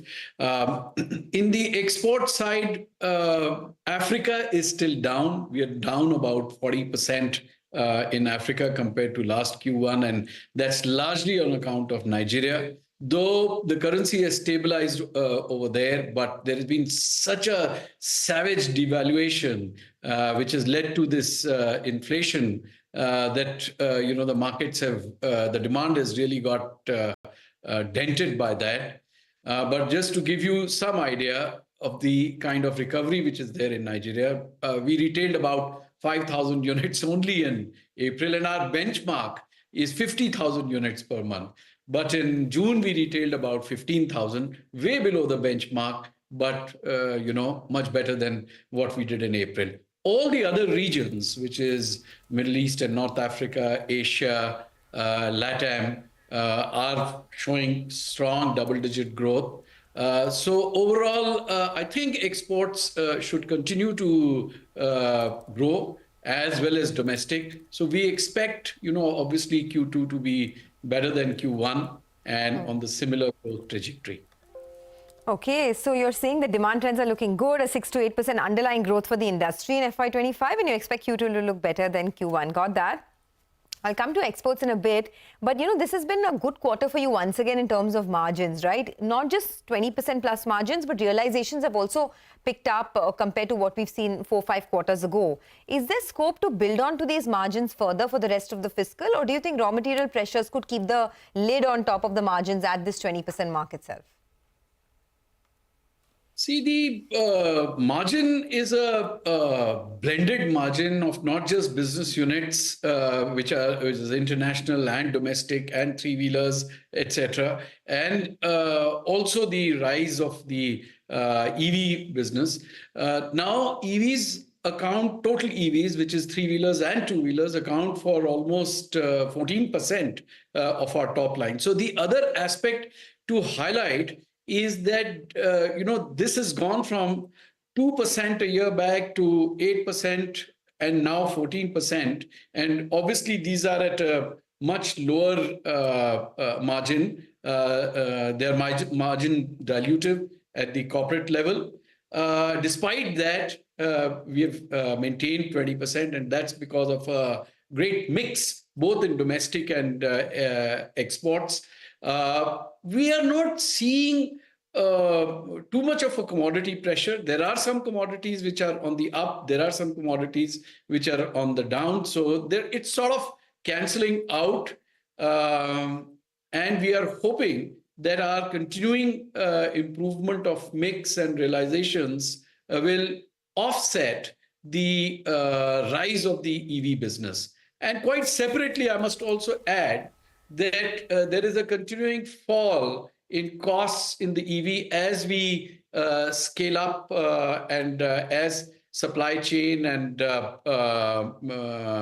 R&D bring in better sort of cost architecture. So I would say we should be on the similar path in the margin trajectory too. All right. Hi, good morning, Mr. Sharma. So similar part on margins. You believe that, the measures that you all have taken, rising input costs, they could offset each other. Got that. What about EV? Since you briefly spoke about that, it's moved from, I think, around 3 to 5% to around 14% of the total mix. Where do you see that number headed?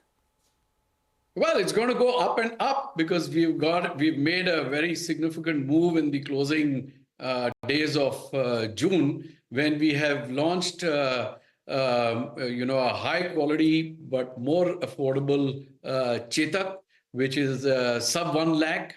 Almost 50% of the two-wheeler industry is now at the sub 1 lakh, and we were operating at above 1 lakh till now. Now, it does two things. It opens up this big segment for us, as well as it gives the ability to now widen our distribution, which work has already started. We were in 200 odd stores in April.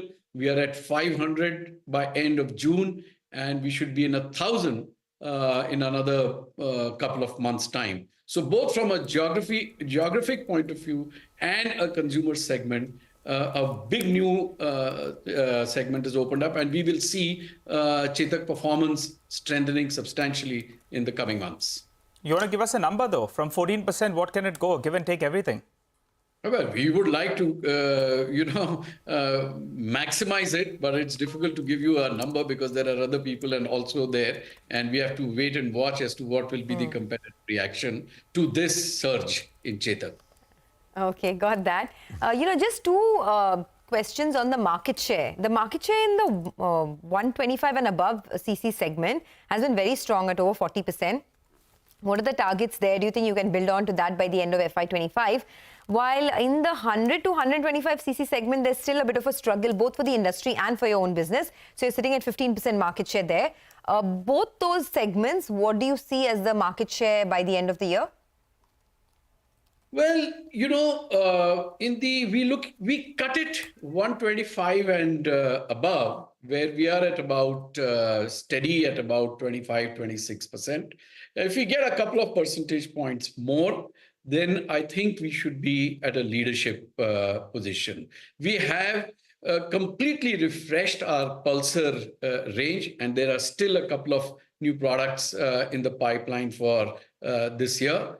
And this refreshed range, as well as the high-end Pulsars, are now 70% of our Pulsar portfolio. So we are going to be, we are optimistic about continued share gain in a growing market in the 125cc plus segment. Now, in the 100, 110 cc, but you're right, if you look at it from your lens, the way you have looked at it, if you combine 100 and 125 cc, we are at about 15%. And, obviously that's not a satisfactory position. But that's exactly where Freedom 125 has been aimed at. We tried a few things over the last 3-4 years, both on the product and price front, with very marginal incremental gain. But with Freedom 125, our aspiration is to, make significant inroads in the 100, 125 cc segment. All right, Mr. Sharma, we wish you the best of luck. Thank you very much for joining us here. Good perspective as always. And thanks for joining us. We'll take a break. We are back with Dinesh Thakkar, Chairman and Managing Director at Angel One. We discussed their performance for the quarter and, of course, some of the potential implications of potential regulations. As that conversation coming up later, we also have the management of L&T Finance, and we discuss first quarter numbers and outlook with them. Stay tuned.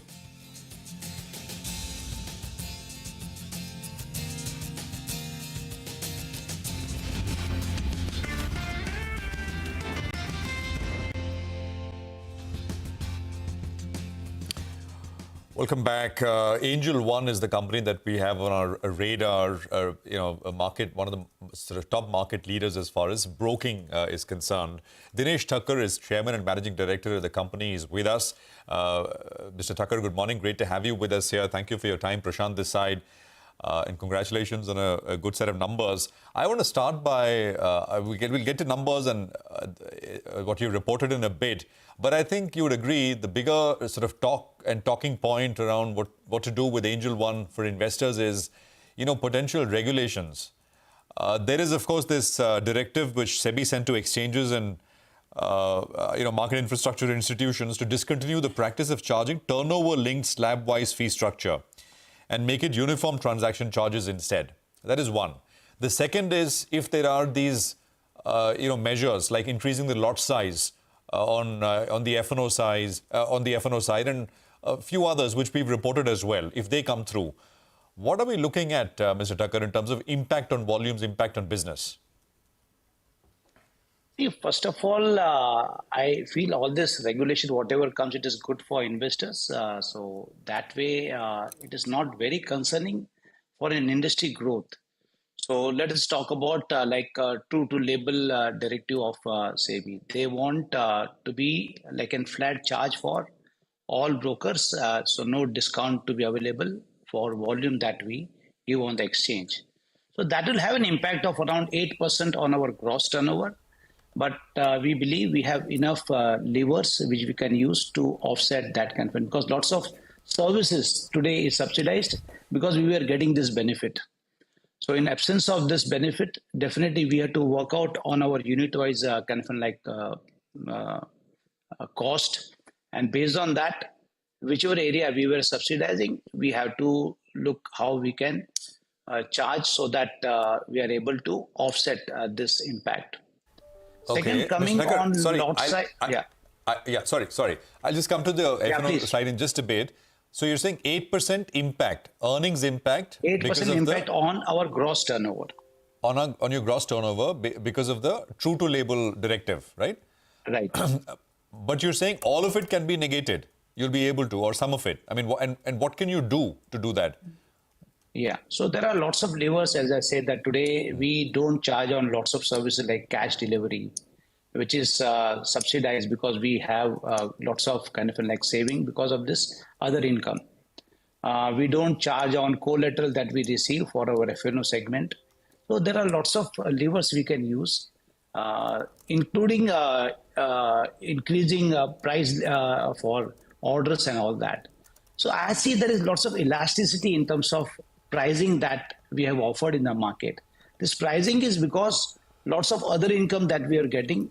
If that stream stops, we have to relook at our business model and relook at our cost structure per unit wise and have a markup on each and every service that we provide. So we are very confident there is lots of elasticity in our prices and customer would not mind paying a bit price higher than what they are paying today. And that will be enough for us to offset this impact. Okay, all right.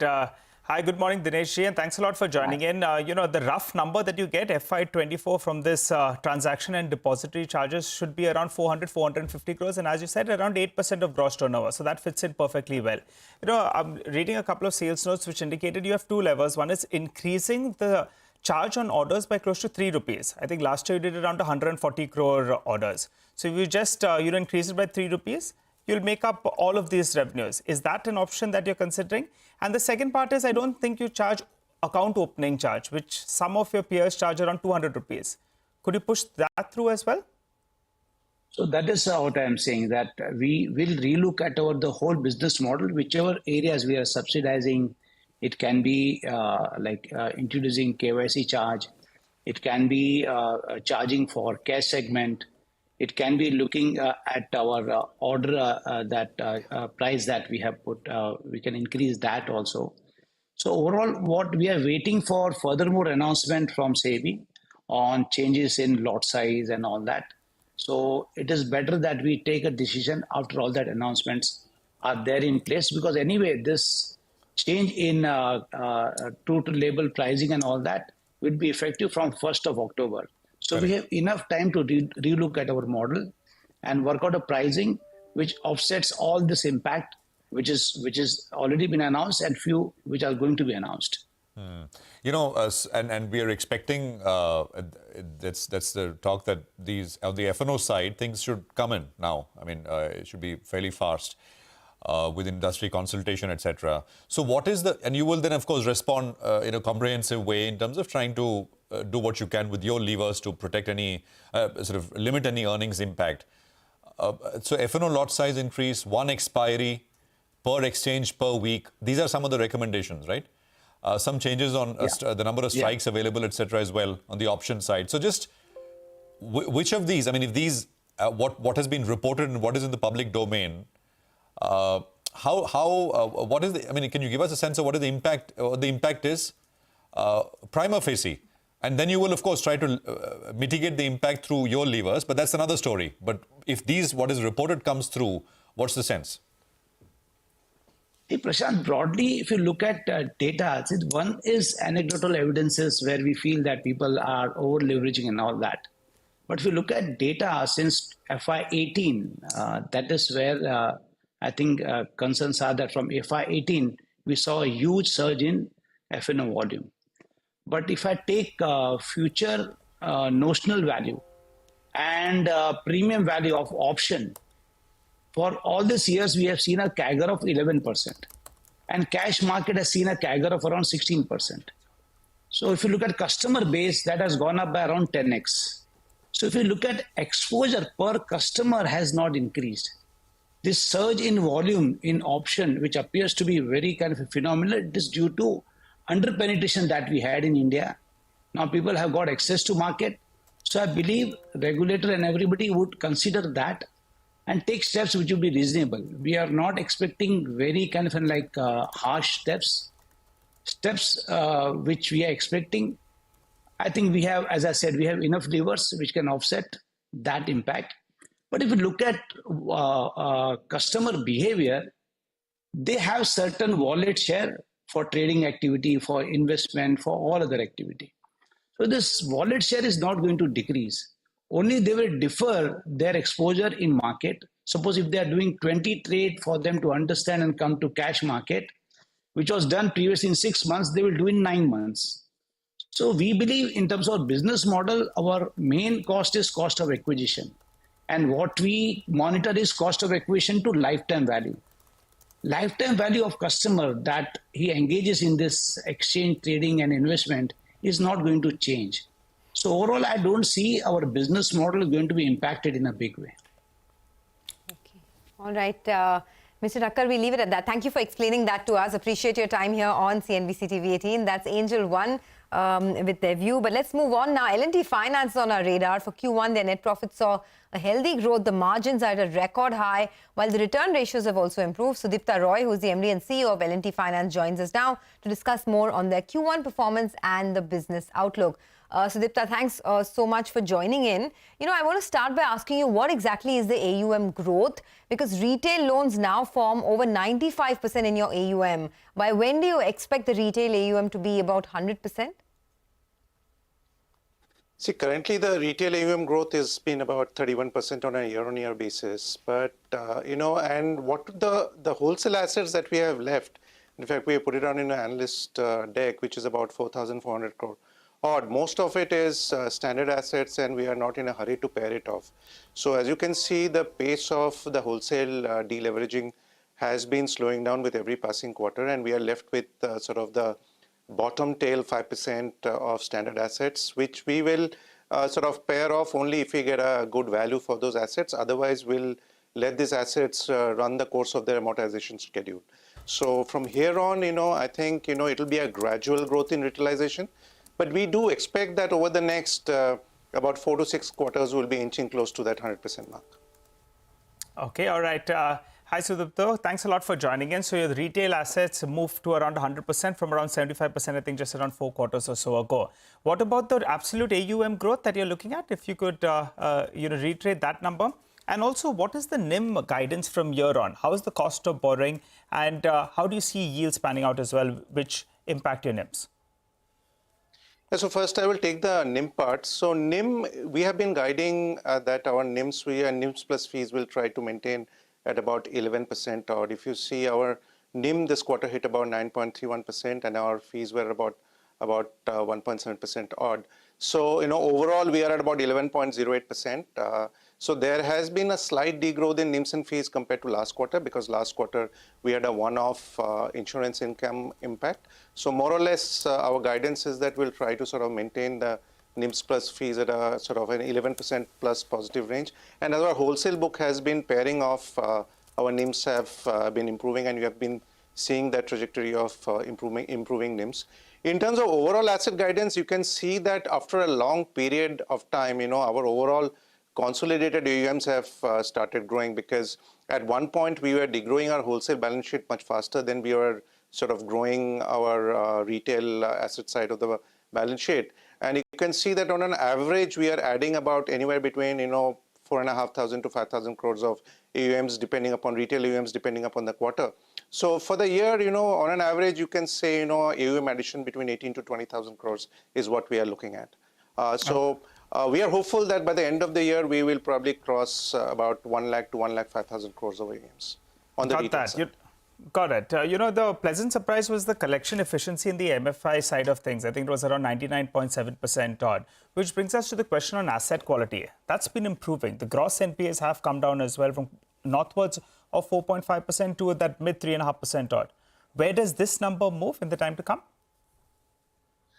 So see, our focus is on making our asset quality very, very stable. And as you rightly pointed out, especially in the MFI sector, our asset quality remains very, very stable. We are overall at around 99.7% sort of collections efficiency. And, in some markets, we are actually at 100% collections efficiency. So our asset quality has actually remained very stable on that side. In fact, what we are focusing right now, on a steady state basis, we would like to sort of give a credit cost guidance of anywhere between 2 to 2.5% right now. And over a period of time, we would like to move it even southwards. And because of our focus on bringing down credit quality, we launched something which is probably one of the first pioneering moves in the industry, where we have built a sort of a three-dimensional credit engine which we call Cyclops, which actually does bureau, which actually does account aggregator-based liabilities data underwriting, as well as something which we call alternate signals or trust signals in one pass. And we have now deployed it on our two-wheeler business. Now, overall, this is an omni-credit engine. We'll deploy it across all our other lines of businesses by the end of Q3. And overall, on the long term, we would want to bring our business, all our business. And when I talk about long term, I talk about 4 to 6 quarters, because, there is some reorientation and fine-tuning of the throughput as well as the output metrics from a credit cost perspective, which is being undertaken. But overall, on the long-term basis, we would like to sort of trend our credit cost to about overall 2% level. Okay, to about 2% level on a long-term basis. Mr. Roy, good morning. On return ratios, could you provide us with a guidance on return on assets, return on equity? So see, our overall Lakshya guidance is between 2.8 to 3% exit FY26. If you see this quarter, we are at about 2.68. So we are like sort of trading very close to that 2.8 percentage, which has been our guidance for exit Lakshya FY26. Now, obviously, we will continue to sort of fine tune our business metrics. However, this quarter and over the next couple of quarters, we might see cost of funds increase by about 15 to 20 basis points, which might take it closer to 8% odd. However, we are working to sort of improve our sort of cost efficiency metrics, our credit cost metrics, as well as our overall yields, because in certain businesses we are working now to push up our yields, especially in our two-wheeler business as well as our home loan businesses. So overall, our guidance is that we would like to hit that 2.8 to 3% number in sort of near exit FY26 is what we are targeting at. We will try to hit it earlier, but as of now, our guidance is exit FY26 will be within that 2.8 to 3% range. And in terms of ROE, if you look at the current ROE, we are at about 11.58%. Our target obviously is 15%. We are quite sort of, probably we have a little more capital than we need right now. But the fact is that given our growth sort of trajectory, we are very confident that in the next couple of quarters, our ROEs will also start creeping up. And as the balance sheet builds, that ROE will move towards that 14 to 15% range. So that is what our sort of long-term targets are. But on the exit FY26, 2.8 to 3% is the ROE guidance, and we remain focused on achieving that. And this 14 to 15% on ROE by when? It will take a little more time, I guess, because the fact is that the balance sheet has to build. So I would say that we were looking at anywhere between the next 8 to 10 quarters is what we are looking at. Got it. All right. Because for FY26, most on the street are building low teens. So that's why I asked you. So maybe that'll take a little longer time to get it to the mid-teens. A quick word on the urban and rural mix of your book. I think currently it's around 70-30% odd. Tell us, how do you see this panning out and growth estimates for both? Actually, in terms of disbursements, it's almost like 50-50 right now. And so if you look at our rural business finance, there are two main businesses on the rural side. There are rural business finance as well as tractor finance. And on the urban side, we have SME, our home loans and loan against property, as well as our personal loans business, as well as our two-wheeler business. So more or less, if you look at the disbursements over the last couple of quarters, more or less both of them have been running in neck and neck. And we have had very good growth in home loans as well as in the two-wheeler business. The two-wheeler business has actually done quite well over the last 6 months. And in the home loan business, for example, post the launch of our complete home loan proposition, which is one of the sort of pioneering moves in the industry, where we have also introduced the home decor finance product in an integrated fashion, which probably we are the only lender in the market to do so. We clocked 1,000 crores of disbursements in the month of March, which was the highest ever, and again clocked about 900 crores in the month of June, which was the second highest ever. So our retail housing disbursements remains very, very strong. Our two-wheeler disbursements remain very strong, and more or less both the businesses are sort of running neck to neck. So overall, for the next couple of quarters, I do believe that we will probably sort of the trajectory will be a 50-50% trajectory. After which I do believe as our personal loans business, which we are planning to grow in a risk-calibrated fashion, sort of kicks in with a little more volume, probably our urban disbursements will outpace our rural disbursements. Mr. Roy, just a quick word on MFI. You mentioned MFI and collections, etc., have been great. So it's about, I think, 30% of your AUM, but around 70% of your profits, right? So it's got an outsized impact on earnings for you. What is, is the micro MFI cycle going to remain very benign, or as we've seen in many states, as the political equation, etc., changes, there is some populism which is starting to creep in, loan waivers, etc. I just wanted a quick word on that. Yeah, so if you look at our MFI business, we are at like close to 26,000 crores right now. And our collections sort of trajectory as well as our asset quality has remained very, very stable. And it is primarily, because of a couple of reasons. First and foremost thing, we have been very, very prudent in terms of sort of assessing our customers.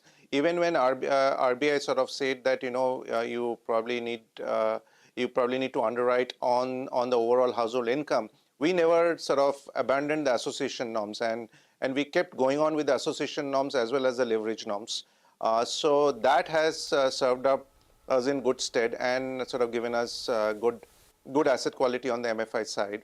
Again, almost close to 40% of our customers are our exclusive customers, so they are absolutely non-leverage customers. And I do believe that though there have been some signs of leverage which has been visible in the MFI industry, the industry actually has moved fast to self-regulate. As you are aware, MFIN, the new regulations or the guardrails that MFIN and all the lenders agreed came into effect from 15 July, which actually take action on both on the leverage side as well as the association side.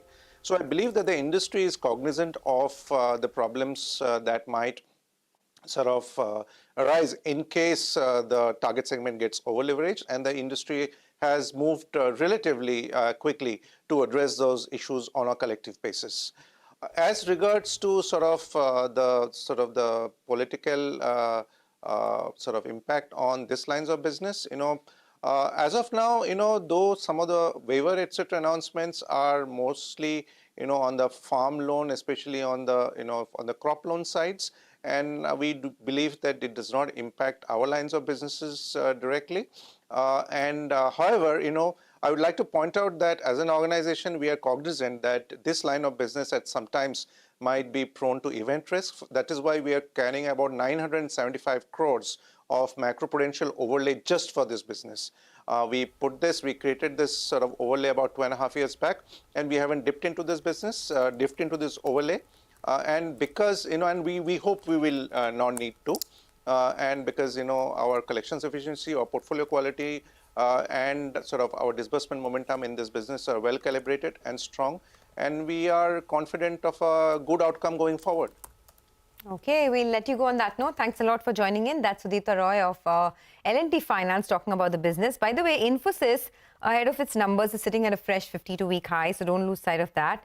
It's expected to do better than its peers, at least better than both HCL Tech and TCS. So the revenue growth is expected to come in at almost 2.5% quarter on quarter.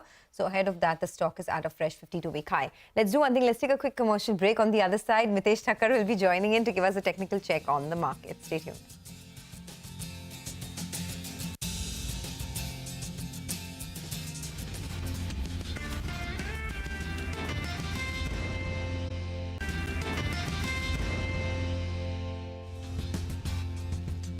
Welcome back to Corporate Radar. Well, Mitesh Thakkar is joining in now to give us some views on the market. Mitesh, it's not such a bad outcome. I mean, very flat. Given that we had such negative global cues, this is not a bad outcome at all. Do you think we can build on to our gains? And for the rest of the day, what is the view? See, not at all a bad outcome, to be very honest. I think I agree with that. Given the fact that we've kind of absorbed the morning selling and again have tried to come up is a good thing, and that's why we're maintaining some kind of long bias. We talked about the fact that in case the Nifty starts breaking below 24,500, 24,480, then is the time to exit. So we got a low of 24,515. So practically from those levels, we managed to bounce back. For the timing on the stock side is a buy on TCS with today's low as the stop loss at 4160. Look for 4300 as your near-term target, and some profit booking is happening on the charts of trend. So if it gives you a pullback to about 55, 30, 40 zones, take a shot with a stop above 5600 and look for targets of around 5350. Got that, Mitesh. Thanks for that. I just want to put up the stock of, by the way, the market's turned around. The Nifty is up 26 points now. So which means that from the day's low, it's a solid 100+ point recovery, which has come through. Look at that, and the way the market's come up. And I just want to look at Aadhar Housing Finance. We had the management with us on budget expectations day before on Tuesday. Stock was started 5% higher with the market coming off. It sold off. That's Aadhar Housing Finance, and it's back up, I think, about 5% once again. So there is interest here on this name. Well, India is the best long-term equity market in the world. That's the word coming in from Jefferies Christopher Wood. He's the author, of course, of the weekly Greed and Fear Note. He visited CNBC-TV18 studios for a town hall on markets yesterday. In an hour-long session, Chris gave his take on the performance here in India in context of the world, valuations, and the outlook for the market from here on. Just want to play out some sound bites of that interaction with Chris Woods earlier. India is the only stock market I'm aware of right now where the small mid-cap sector is doing way better than big caps. Absolutely unique. And it's driven by this domestic phenomenon. This is not replicated in any other market right now. India is the best long-term equity market in the world. Clearly, the US has done fantastically well. But in the emerging market Asian context, India to me remains the great domestic demand story. You have this very emerging equity culture. But what, as you rightly have just highlighted, is amazing is the dynamism of the local asset management industry and the growing retail participation. And actually everybody, I've been in Mumbai 2 days, everybody from the financial industry, I think, is staggered by the resilience of the market following the surprise election result. My understanding, obviously, the excess valuations in India, the perceived excess valuations of the small mid-cap area, but my understanding in recent quarters, they've had the best earnings growth too. So it's not completely divorced from underlying fundamentals. No, the only issue, the risk in India is simply that some of these stocks are very high valuations, so there's a risk of earnings growth disappointments. The big point for your viewers to understand is the foreigners are remarkably underinvested in India. So we believe that the global emerging market funds, who are the prime investors in Indian equities, are barely neutral in India, partly because the neutral weighting of India has gone up because it's outperformed. and partly because they haven't really been able to get into the market because the local money has kept it at valuations where they're not comfortable with. Okay, well, let's talk about some stocks that are on the move now. Mangalam is tracking Z Entertainment. Mangalam, over to you. It's a big gash on Z today. You know, the company had announced fundraising via foreign currency convertible bonds, or FCCB as we know it. You know, on the one hand, the street would have been happy that there are some funds coming into the company. But on the other, the risk that these bring with itself. One, you know, in the very near term, it impedes their balance sheets. Secondly, if they were to be converted entirely at around 160 rupees a piece, which was a premium to the previous closing price, you know, it would lead to a fair amount of dilution. How much would that dilution be? Close to around 12% on a post-money basis. So if that were to happen, then the promoter stake at 3.99% would fall even further. So a bunch of problems with Z funds coming in, but they are coming in with some riders, and no strategic investor out there, major strategic investor through these FCCBs as well, has the street a little disappointed. The street would obviously be looking at fundamentals from here on as well. For Z itself, it has been downhill ever since the merger with Sony was called off. Now the street is anticipating some sort of new corporate announcement or arrangement. Until that comes about, you know, all these stopgap funding arrangements are only further pressurizing the stock. All right, Mangalam, thanks very much for that. It's 5.5%, 6% lower on Z at this point. We'll take a quick commercial break here. On the other side, our special segment, Countdown to the Budget. My colleague Lata will speak with Keki Mistry, former Vice Chairman and CEO at HDFC, and Mahesh Misra, CEO of India Mortgage Guarantee Corporation, to discuss expectations for the housing sector from this budget.